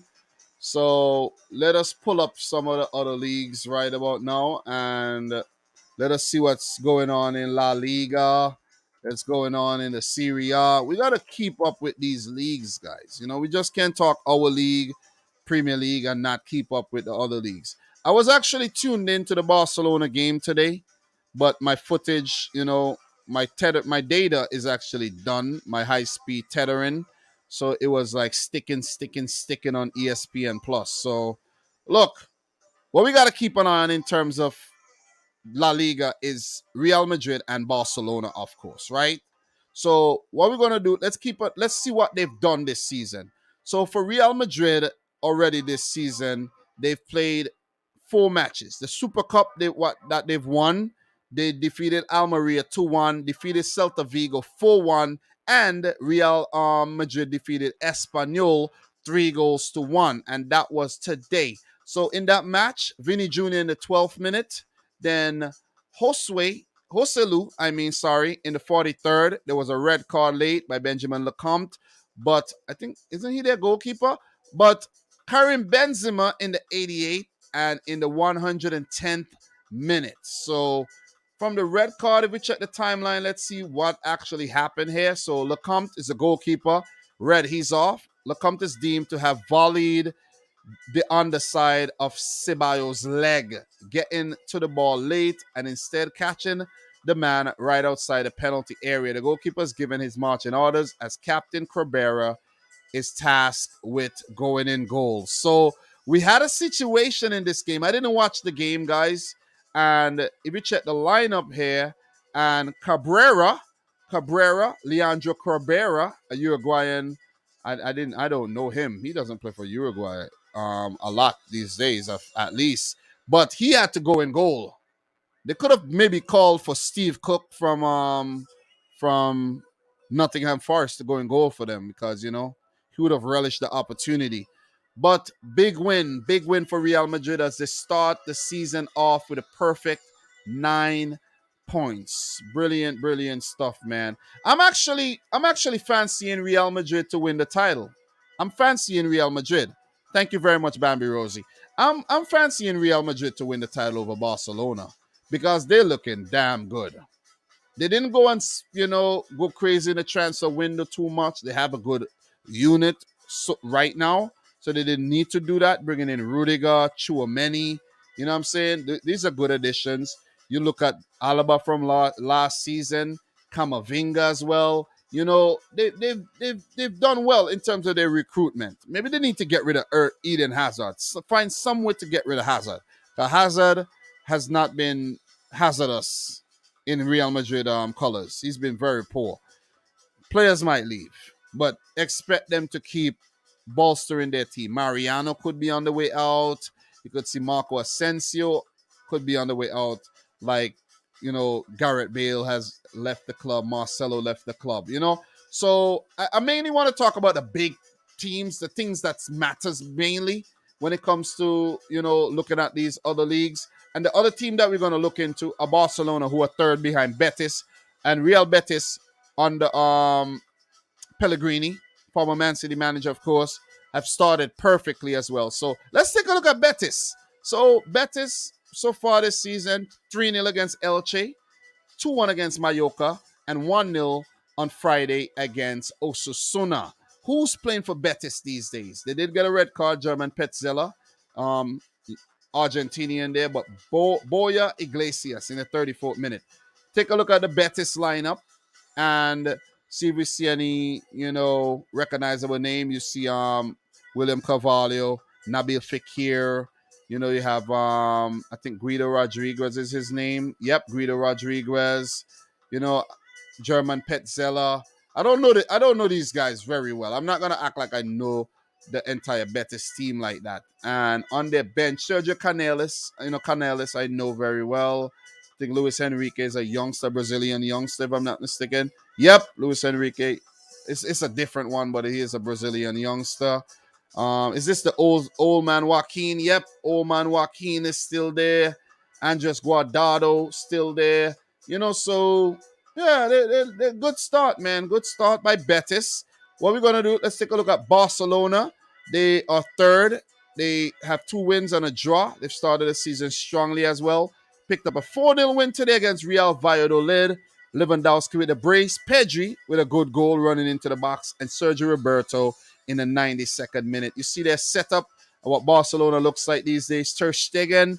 You have Koundé at right back. Ronald Arroyo, a lot of pace. Eric Garcia and Mr. Balde. What's his name? For Alejandro Balde? I do know Balde. And they're persistent with Balde from the start ahead of Jody Alba. I think Jody Alba is on the bench. Isn't he on the bench? Yep, Jody Alba is on the bench. So Balde is the new left back these days. Xavi going for youth. Gavi and Pedri Marshall in the midfield with Busquets being the anchor. Rafinha, Lewandowski in fresh from Barcelona, and Ousmane Dembele causing havoc on the wings. Rafinha fresh in from Leeds as well. We go down to the bench and you see the likes of Ansu Fati, PK playing a more reserve role these days. Ferran Torres. The team is stacked up. Memphis Depay could be on his way out. Milan Pjanic. The quality of Pjanic. You know what I'm saying? When you think about it, Pjanic, man. Where was he playing before? Sevilla, if I'm not mistaken, right? Was it at Sevilla when he got his big move, if I'm not mistaken, Milan Pjanic? Let's check that out to just fact check that on Pjanic. Was it Sevilla? No. It was Roma. It was Roma. It was from Lyon to Roma. It wasn't Sevilla. I'm bugging out. I'm thinking the wrong player here. But it was from Roma that he got the move. Then to Barcelona with that. I think that was that swap deal for Arthur. So Pjanic, hell of a dead ball specialist. Though let's see if he could play some kind of role this season. Aubameyang could be on the way out, but you could see Newman, Frank Kessie getting a run out like he did against Man City in a friendly during the week. Frankie de Jong is still at the club, and you can see Sergio Roberto might actually retire at Barcelona. So that's what's going on for Barcelona there. Let's just go back to the La Liga table before we do move on. Let me go to the main table. And I'm not going to check and go into Atleti or anything, but, you know, Atleti, if you want to know Atleti, a 12th, 2 matches played. They might actually play tomorrow, if I'm not mistaken. But 2 matches played, 3 points. Sevilla 15th, 1 point in their first 3 games, no wins. Go down to the bottom of the table. Cadiz, Valladolid, Getafe, Elche, Espanyol, all struggling. Big up to Girona, sister club of Man City. They got 3 points. That's what's going on in La Liga right about now. Big up to Sociedad, they're doing well. Osasuna doing well so far. And of course, Villarreal. So if I'm not mentioning any teams, it's okay. It's all right. I'll get to them eventually. So stats, Borja Iglesias, 4 goals. Robert Lewandowski with 4. Iago Aspas with 3. Benzema with 3 already. And you see the likes of Morata, Baena, Avila, Joselu, Wanmi, Ramazani, all chipping in with some goals. Umar Sadiq, Vedat Muriki, and Vinicius Jr. Assists, João Felix with 3, Ansu Fati, and Ousmane Dembele with 2. So before we move on, guys, before we definitely move on, match day 3, Celta 1, Girona 0, Betis 1, Osasuna 0, Elche 0, Sociedad 1, Rayo Vallecano 0, Mallorca 2, Almeria 2, Sevilla 1. That's a big victory for Almeria. 0-0 between Getafe and Villarreal. Barcelona 4, Valladolid 0, Espanyol 1, Real Madrid 3. Tomorrow we have Cadiz coming up against Athletic Bilbao and Valencia against Atletico Madrid. That'll be a good game to do a watch along to, but I think I got better things to do, man, with my time, you know. So it might actually be a snooze fest. So with that being said, guys, what I should actually do is change the background brand to the white background. Maybe that's too harsh on your eyes. So what I'm gonna do, maybe I'll just let me see. I don't wanna be too harsh on your eyes though. So let me just put a nice picture of the Etihad Stadium at the back there. Nah, I don't want to piss anybody off. Let's just use this leaves background there, or this fire background. Yeah, this background is fire. I'll use that one. So let's talk about the Serie. We're doing a marathon stream today, guys. No rush. I need to eat something when I'm done, but no rush. No rush. We got all night. You got all night, man. You know, one of these days, I don't know how long you could actually stream on StreamYard before you get cut off. I want to do like a marathon stream one day. You see what I'm saying? Like just stream. Just stream for about 10 hours straight. I don't know how long it will be, but I think the stream processing on YouTube cuts off at maybe 12 hours. Let me see something. How long can you stream on StreamYard? Let me see. So for StreamYard, how long can my video be? Your videos could be up to 1 hour long, basic. Okay. All right. 8 hours long for StreamYard business. Okay. I do pay for StreamYard. So yeah. I want to do a long StreamYard live stream one day though. Let me see. Okay, so yeah, technically there's no time limit on a YouTube live stream. So I could live stream if I go directly through YouTube for a long time, right? However, YouTube can only archive live streams for up to 12 hours long. So if you want your live stream to be eligible for viewing at a later date, 12 hours is the maximum limit. So yeah, it's about 12 hours, guys. It's about 12 hours, man. So yeah, man. I'm going to actually attempt that one of these days. But let's talk about the Serie A in match day 3. And we check the standings. Napoli on top with, not a perfect start. No one's perfect right now. Everyone's drawn at least a game. And you could see Napoli on top, 7 points. Milan second. Lazio third. Atalanta fourth. Torino fifth. Roma 6th. Inter have actually lost the game already. Juventus, no losses, but 2 draws. Fiorentina, no losses, but 2 draws as well. And let me see who else are unbeaten so far. No one else. But Monza without any points. Cremonese without a point, Sampdoria with 1 point, Verona, and we're not going to go through all of that. But let's just take a look at the match day. I'm not going to do what I did for La Liga because with La Liga, there's basically two front runners for the title, Real Madrid and Barcelona. I don't think Sevilla and Atletico Madrid and Valencia and Villarreal and those teams are actually going to say anything. But in the Serie, you go back to the table, it's going to be, I think Napoli will challenge this season. Napoli will challenge. I don't know if they're going to win it. They've done that in a few seasons when they had Sarri at the club. They almost won the title, didn't manage to pull it off, right? They missed out to Juventus. Napoli is going to challenge AC Milan. You could expect Juventus and Inter. And then you could throw Atalanta and Lazio and these teams in the mix. Roma as well in the mix with Mourinho. You could throw these teams in the mix. These teams are going to take points of each other very, very often. So keep an eye on the Serie. It could be one of the most entertaining and exciting leagues to follow this season. So let's just go through the match day 3 fixtures. And we're not going to go to match day 2 or anything. I don't really care what happened there, to be honest. I'm not going to attempt to do a thorough analysis of the serial. I don't watch all the games. I've tuned into half a game so far this season. I'm going to look to tune into more matches when I can, but it's the best I could do. I'm a Premier League man. You know what I'm saying? That's my niche. Serie is not my strong point, but I do, I have interest there as well. Udinese 2, Monza 1, Lazio 3, Inter 1. Oh, so it's Lazio who beat Inter. So, all right, let's click on this one. Felipe Anderson, 48th minute, the former West Ham man. Then equalizer by Lautaro Martinez, but Luis Alberto, the former Liverpool man, and Pedro, the former Chelsea man, with the goals in this game. Big up to Sergei Milinkovic-Savic. Pretty sure he bagged an assist. But this Lazio team is looking good. I got to say this team is looking good. You know what I'm saying? Got some quality in that team right there. Ciro Immobile, of course, he's their talismanic forward. But if you look around the team, a lot of quality, man. Definitely. Inter the same thing too. So they just lost the plot in the second half and were well beaten.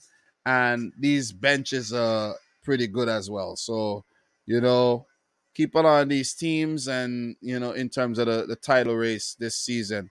You see Toma Basic here, a Croatian playing for Lazio. He was playing in the French League a couple seasons ago, I could remember, man. So, yeah. I'm a nerd, guys. That's why I'm taking a look at these leagues. I'm a nerd. I nerd out on these things. So Juventus won, Roma won. That's another big match that was played yesterday. God damn. I wish I had more time to do more watch-alongs. Maybe if I was like 15 years younger. If I was 15 years younger, that means I would have been 20 years old. I would have had the world of time. But guys, man, a lot of responsibility. The only reason why I'm still doing this live stream is because my wife isn't home, and look, I could have been elsewhere, but I just chose not to be. Big up to the boy Steve in the house, man. Appreciate you tuning in. How are you feeling? How are you feeling, Steve? I've been live for 3 hours. So look here. Dusan Vlahovic in the 2nd minute, Tammy Abraham in the 69th minute for Roma. And if you look at these teams are star-studded as well. Szczesny, Disclegio, Bremer, the new man from Torino. The Torino fans must hate him now. Danilo. My Danilo? Playing center-back? Wow. I used to like Danilo, when he was at City. I'm not going to lie. And I think we got a steal of a deal with the Cancelo swap deal, man. I think plus cash. Alexandro is a player I always like as well. Rabiot, seems like he's going to remain there. Locatelli, he has cooled down a bit. Juan Cuadrado is still playing. I was actually watching a little Didier Drogba documentary, and Cuadrado was celebrating with Drogba during his short stint at Chelsea. This Moretti guy I don't know at all, and Filip Kostic just joined, and Dusan Vlahovic recently joined last season as well. So for Roma, they look good as well. Paulo Dybala, Luca Pellegrini, Lorenzo Pellegrini, I should say, Tammy Abraham, Leonardo Spinazzola, Matic, Cristante, Karsdorp, Dutchman there, Mancini, Smalling, Ibanez. Patricio. These teams are stacked up, man. All these teams are stacked up. These teams are stacked up. I'm not even going to go through all of these players. It's too stacked. Look, Stefan El Sharari. I like that he's still around, man. I remember when he burst on the scene, man. Look, big up to Dennis Zakaria as well. And just looking through the Juventus list, I could see a player by the name of Matteo Sule and another player here of Nicola Rovella. In my career mode right now, these players are playing for Liverpool. My career mode is probably like 10 seasons in, but these players ended up at Liverpool. So maybe the future is bright. Newman, Arcadius Milik, Mose Ken, Zachariah, yeah, man. A lot of talent. Weston McKennie, big up to the American Weston McKennie as well. So we're going to keep it moving. We still got a lot more things to look at. Cremonese 1, Torino 2. And we have Spezia 2, Sassuolo 2, Milan 2, Bologna 0. Who scored for Milan? Rafael Leao, highly rated Rafael Leao, and Olivier Giroud, still banging him for fun over in the Serie A. Verona 0, Atalanta, exciting Atalanta. Teun Koopmeiners in the 50th minute. Let's see what the Atalanta team looks like these days. Zapata, of course. Ademola Lookman with the start. Ruslan Malinovsky, who was said to be on the move. Hateboer still there. Deron still there. Brendan, I think his name is Brandon Soapy. Yep, I was right. Oh, man, my memory is working. Brandon Soapy, I think he's a new player, if I'm not mistaken. But Toloi, Rafael Toroy, still there. Demiral brought in from Juventus. Okoli, I don't know that player very well. But Atalanta, if you guys don't know, I don't know if they still do, but they have one of the biggest loan armies in European football. They usually have about 50 plus players out on loan at any given time. I know it sounds ridiculous, but it's true. It is true. And they usually make some big sales every single transfer window on players you never heard of. You see what I'm saying? So look out for Atalanta. Jeremy Boga, you saw what he did last season in the Europa League. Some good goals. Joachim Mailer, good Danish player there. Of course, Luis Muriel, you know how dangerous he is. This Edison guy, don't know him very well. I think he's a Brazilian. How old is he? 23, so look out for him. You know, Rasmus Julian. Big up to the boy Steve. Steve and I was talking about Julian. Just brought in from Sturmgras. Big potential on this player as well. So Atalanta saw that. They brought him in, Mario Pasalic. You know, a player that go under the radar as well. And look out for these players, man. Definitely look out for Atalanta. They didn't do well last season, but look for them to bounce back. Salernitana 4. Sampdoria 0. Salernitana is a team you got to keep an eye on as well. That team got a lot of money. They make some big signings, and, you know, you got to keep an eye on them. Dylan Braun, Fazio, Tino Villenia. You got to Andreas Antonio Candreva, Bulaya Dia. These are some, if I know players from Salernitana. That says a lot. I think Ribery is still at the club. If I'm not was it this club Ribery was at? I might be wrong. Was Ribery at Salernitana? Did he sign a new contract? I don't know. But yeah though. Keep an eye on him. Big time. So yeah, what is Frank Ribery doing these days though? Ribery. Didn't he play for Salernitana last season? Yep, he played. He's still there. He's actually still there, 39 years old. I saw that they actually begged him to sign a new contract, the town or something, the city. So he's still there. He played once this season already, and the contract goes on till next summer. Frank Ribery, man. Never forget when I saw this player for the first time. He goes all the way back to 2006 for the French national team, man. Frank Ribery, a legend in his own right. Bayern Munich, definitely, man. Big up to Frank Ribery. All right, I think my wife is home. I think my wife just got home. She's telling me to come get Liam. Why? I'm live, though. I'm live. You know what I'm saying? I'm live. Let me see. Did I lock the door? Let me see. Give me 1 second, guys.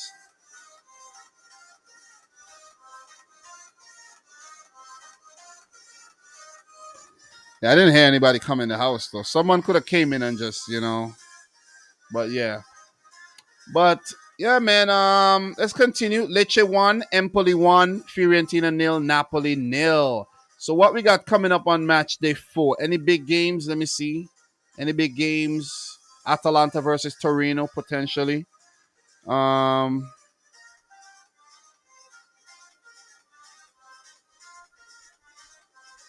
Yeah. But anyways, I'm live. What does the stat looks like? Dusan Vlahovic with 3 goals. Kavica Kvaratskhelia. Big up to my boy Kvaratskhelia. Or Kvaratskhelia. Let me say his name. Let me take my time and say his name. I put out a reaction video for him on my Domination channel as well, guys. So go check that out. That video is doing well as expected. And, the Georgian people are eating up the video. I do have 2 reaction video to drop, and one on Anthony and the other on a player by the name of Arsene Zakarian. So I'm putting in the work, man. I'm reviving my reaction channel. I want to get creative and do other things as well. Maybe try not to laugh and things like that. I want to, have fun. I want to have fun. YouTube on this main channel is a lot of work, but on the reaction channel, it could be fun. So Ante Rebic for Milan with 2 goals. Lautaro Martinez with 2. Mbala and Zola for Spezia with 2. Marko Nautovic linked to United with 2. Thomas Henry with 2. Victor Osimhen with 2 as well. Assist kings so far: Bulaya Dia, Peter Zelinski, and Sergei Milinkovic Savic. So, guys, with that being said, let us move on.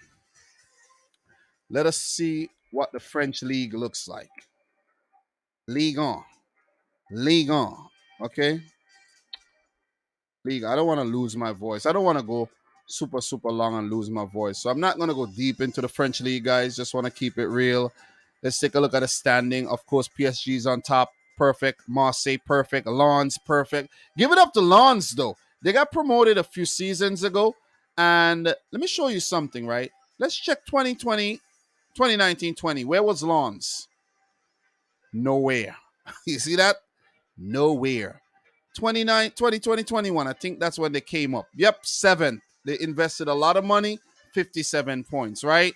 Last season, Lens, 7th again, 62 points, an improvement.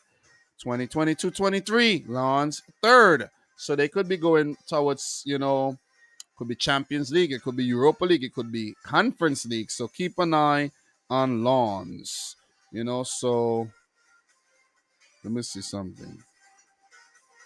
Let me see. I might need to go up to unlock a door. Did I latch the door? Let me see.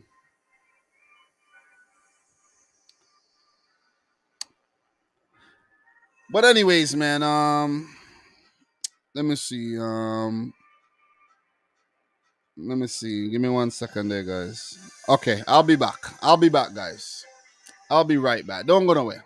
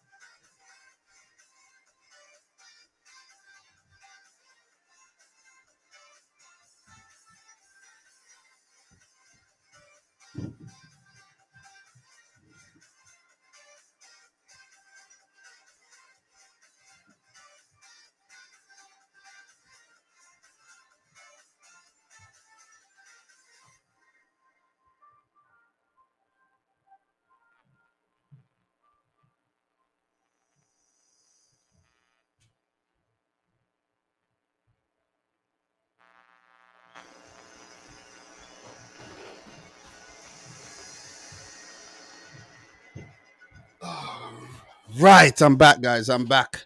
I just needed to open the door there. So I might have to actually wrap things up though.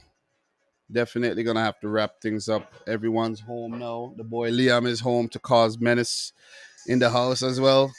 So the table looks like, guys.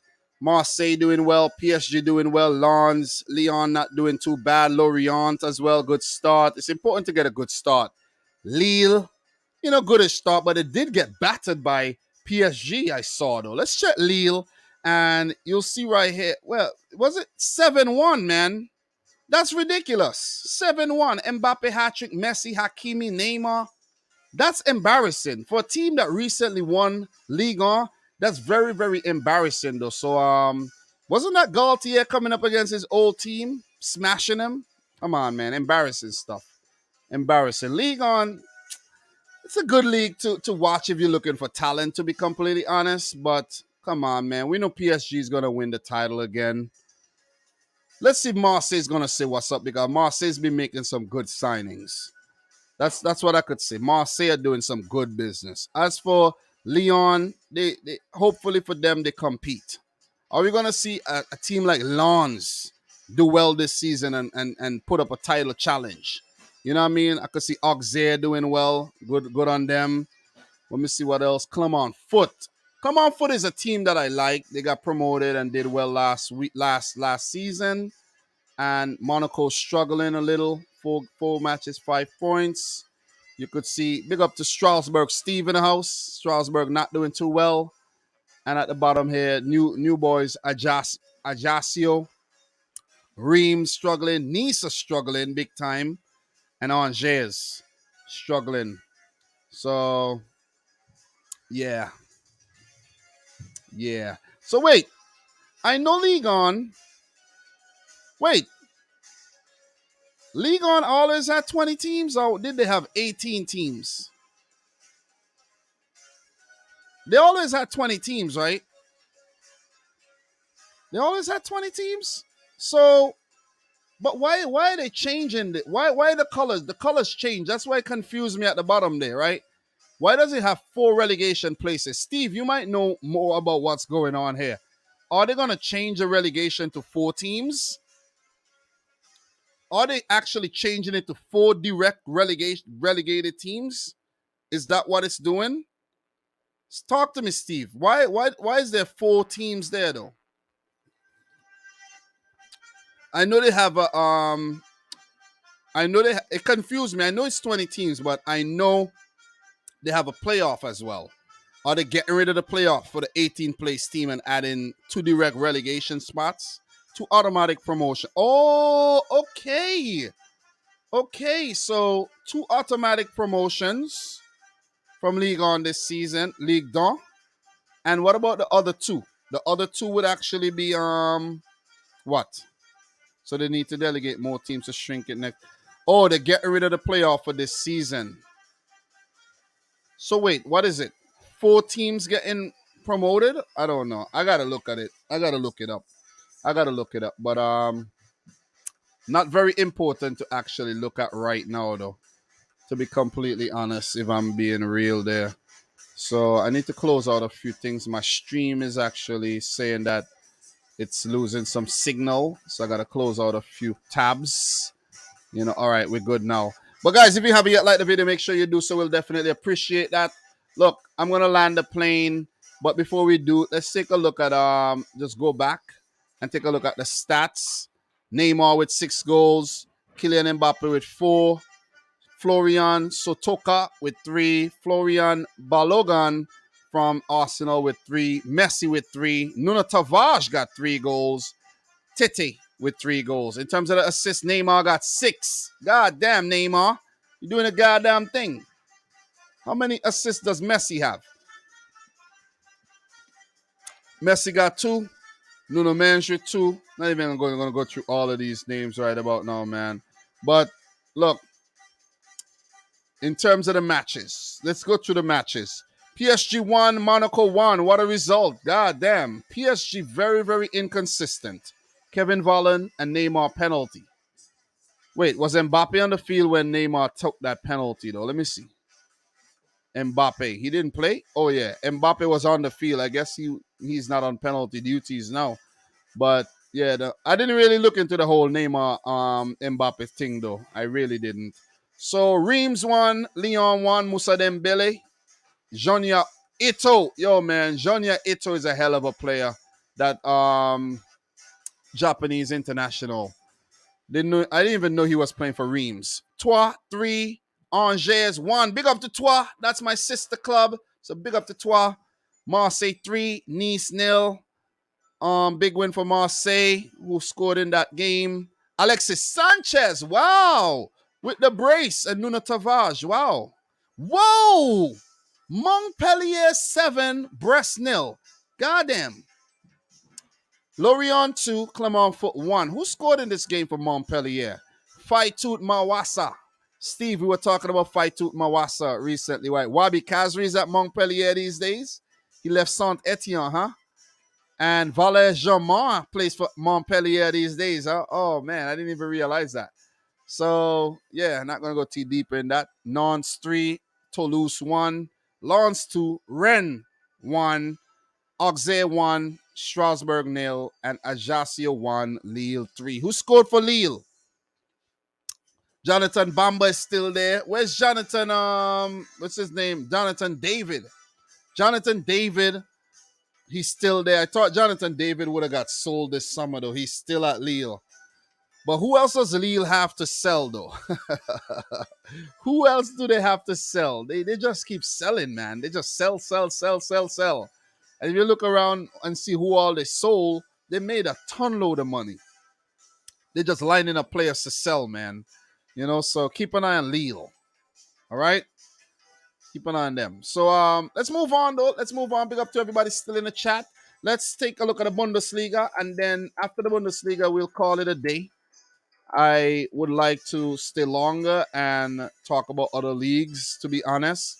But let's take a look at the Bundesliga. I've been live for 3.5 hours, and I got to go live again tomorrow, so I don't want to kill the voice too much, you know what I'm saying? So, look, just to take a look at the standings, of course, it's Bayern Munich on top, followed by Union Berlin in second. The rise of Union Berlin. Because I'm pretty sure if you go and you check the 2018-19 season, ooh, where are they? Not in the league. Not in the league. Okay? And you go to the 2019-20 season, and you could see they finished 11th as newly promoted teams. And I think that was the first time they got promoted to the Bundesliga, if I'm not mistaken. I might be wrong. Don't quote me on that. But you could see the improvement from 11th to 7th. Okay? And from 7th all the way up to 5th. And you go to this season, and where they at? They're second. And when you have teams like Dortmund and Gladbach and Leverkusen playing the damn fool over there in the Bundesliga, teams like Freiburg and Union Berlin will thrive. And look at that. Look at that. Freiburg in third. Look, let me do you something. Let me show you something. Let's go all the way back to 2014-15, right? Where's Freiburg? 17th. Okay? 17th, guys. I know these things. That's why I just picked a freaking date and went back. 17th. That meant that they were relegated. We go to 2015-16. Look at that. They're not even in the Bundesliga. I think they got promoted. They came right back up and bam, 7th, right? And you got to give it up to them for actually sticking with the same manager. And I can't remember his name right about now, but look, he's been their manager for about 10 years, man. So, look, go back to the standings. Hoffenheim in 4th, Dortmund 5th, Gladbach 6th. And these teams have done well enough. Dortmund is 9 points. Hoffenheim 9 points. Freiburg 9 points. Only unbeaten teams so far is Union Berlin and Bayern Munich. Gladbach haven't done too bad. You see what I'm saying? Was it Gladbach who got a draw against Bayern? You got Mainz not doing too bad. Not a bad start. Cologne, Leipzig. That's a bad start by Dominico Tedesco and Leipzig. Werder Bremen. You have Eintracht with 5 points. They're in the Champions League for the first time, guys. I didn't even realize that they were Champions League debutants. They're the only debutants this season in the Champions League. And you could see Leverkusen there. In the bottom there, Bochum getting smashed by Bundesliga, by Bayern Munich. 4 losses. Hertha not doing well. They're hurting at the bottom. And Schalke a poor start on their return to the league. Wolfsburg and Augsburg struggling, Leverkusen as well. Stuttgart, they could lose Sasha Kalajic, their big man. So in terms of matches, guys, today we had games. Freiburg 1, Bochum 0. Man, I lost my voice a little bit. I've been burping a little. So I think I've been live for too long. I'm losing my voice. Let me drink some water, guys. I ran out of water too. That's why. All right, that should do. All right, so Mainz 0, Leverkusen 3, Leipzig 2, Wolfsburg 0. I'm not gonna get into the scores right now. Hoffenheim 1, Augsburg 0, Schalke 1, Union Berlin 6. God damn, who scored here? Geraldo Becker with a brace, Martin Torsby, Hanik Habrera, and Sven Mikkel. Marius Butler with the goal for Schalke there. God damn. The decline of Schalke. So Dortmund beat Hertha 1-0. Bayern and Mönchengladbach played to a 1-1 draw. And Cologne and Stuttgart played to a 0-0 stalemate. While there was a thriller between Eintracht Frankfurt and Werder Bremen. So that's it. That's it. Any big games coming up on the next match? The Union Berlin versus Bayern is one to watch. That's an away game for Bayern, so won't be easy. And let me see. Hoffenheim versus Dortmund will be a good game as well. Let me see what else we got. Yeah, Eintracht versus RB Leipzig. Good one, good one. And there's some historically good ones as well that I'm probably not talking about. Stats in the league, Christopher Nkunku with 4 goals. Geraldo Becker, the Surinamese international, with 4 as well. Jamal Musiala with 3. Karim Unisiwo with 3. Marcus Thuram with 3. Marius Butler with 3. Nicholas Fulkrug with 3. Sadio Mane, 3. Vincenzo Grifo, the Italian, with 3. Assists, Sasha Kalajic, aforementioned Sasha Kalajic, 6'7", with 3 assists. And Mr. Jordan Sieberchu with 3. Alisson Player with 2. Andre Kamerich with 2. Danny Olmo with 2. Joshua Kimmich, Kilian Sidilia, Kingsley Coman, Marco Royce, Marvin Dusk, Michel Weiser. I'm fed up calling out these names already. See. So that's it for the Bundesliga, guys. We covered 4 big leagues plus the Premier League. And hopefully next time, I could, maybe tomorrow if I have some time, we look at the Championship. We look at the Dutch Eredivisie, the Portuguese League, some lower leagues as well. But yeah, man.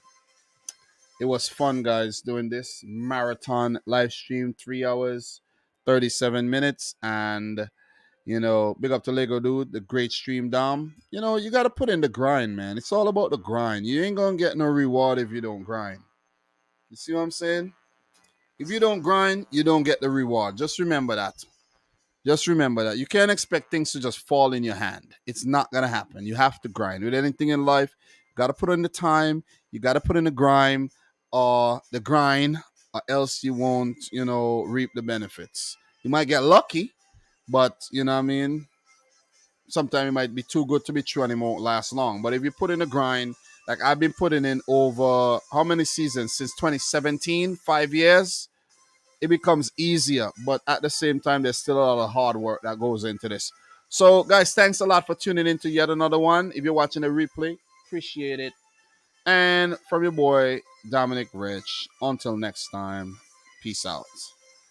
Rich Squad.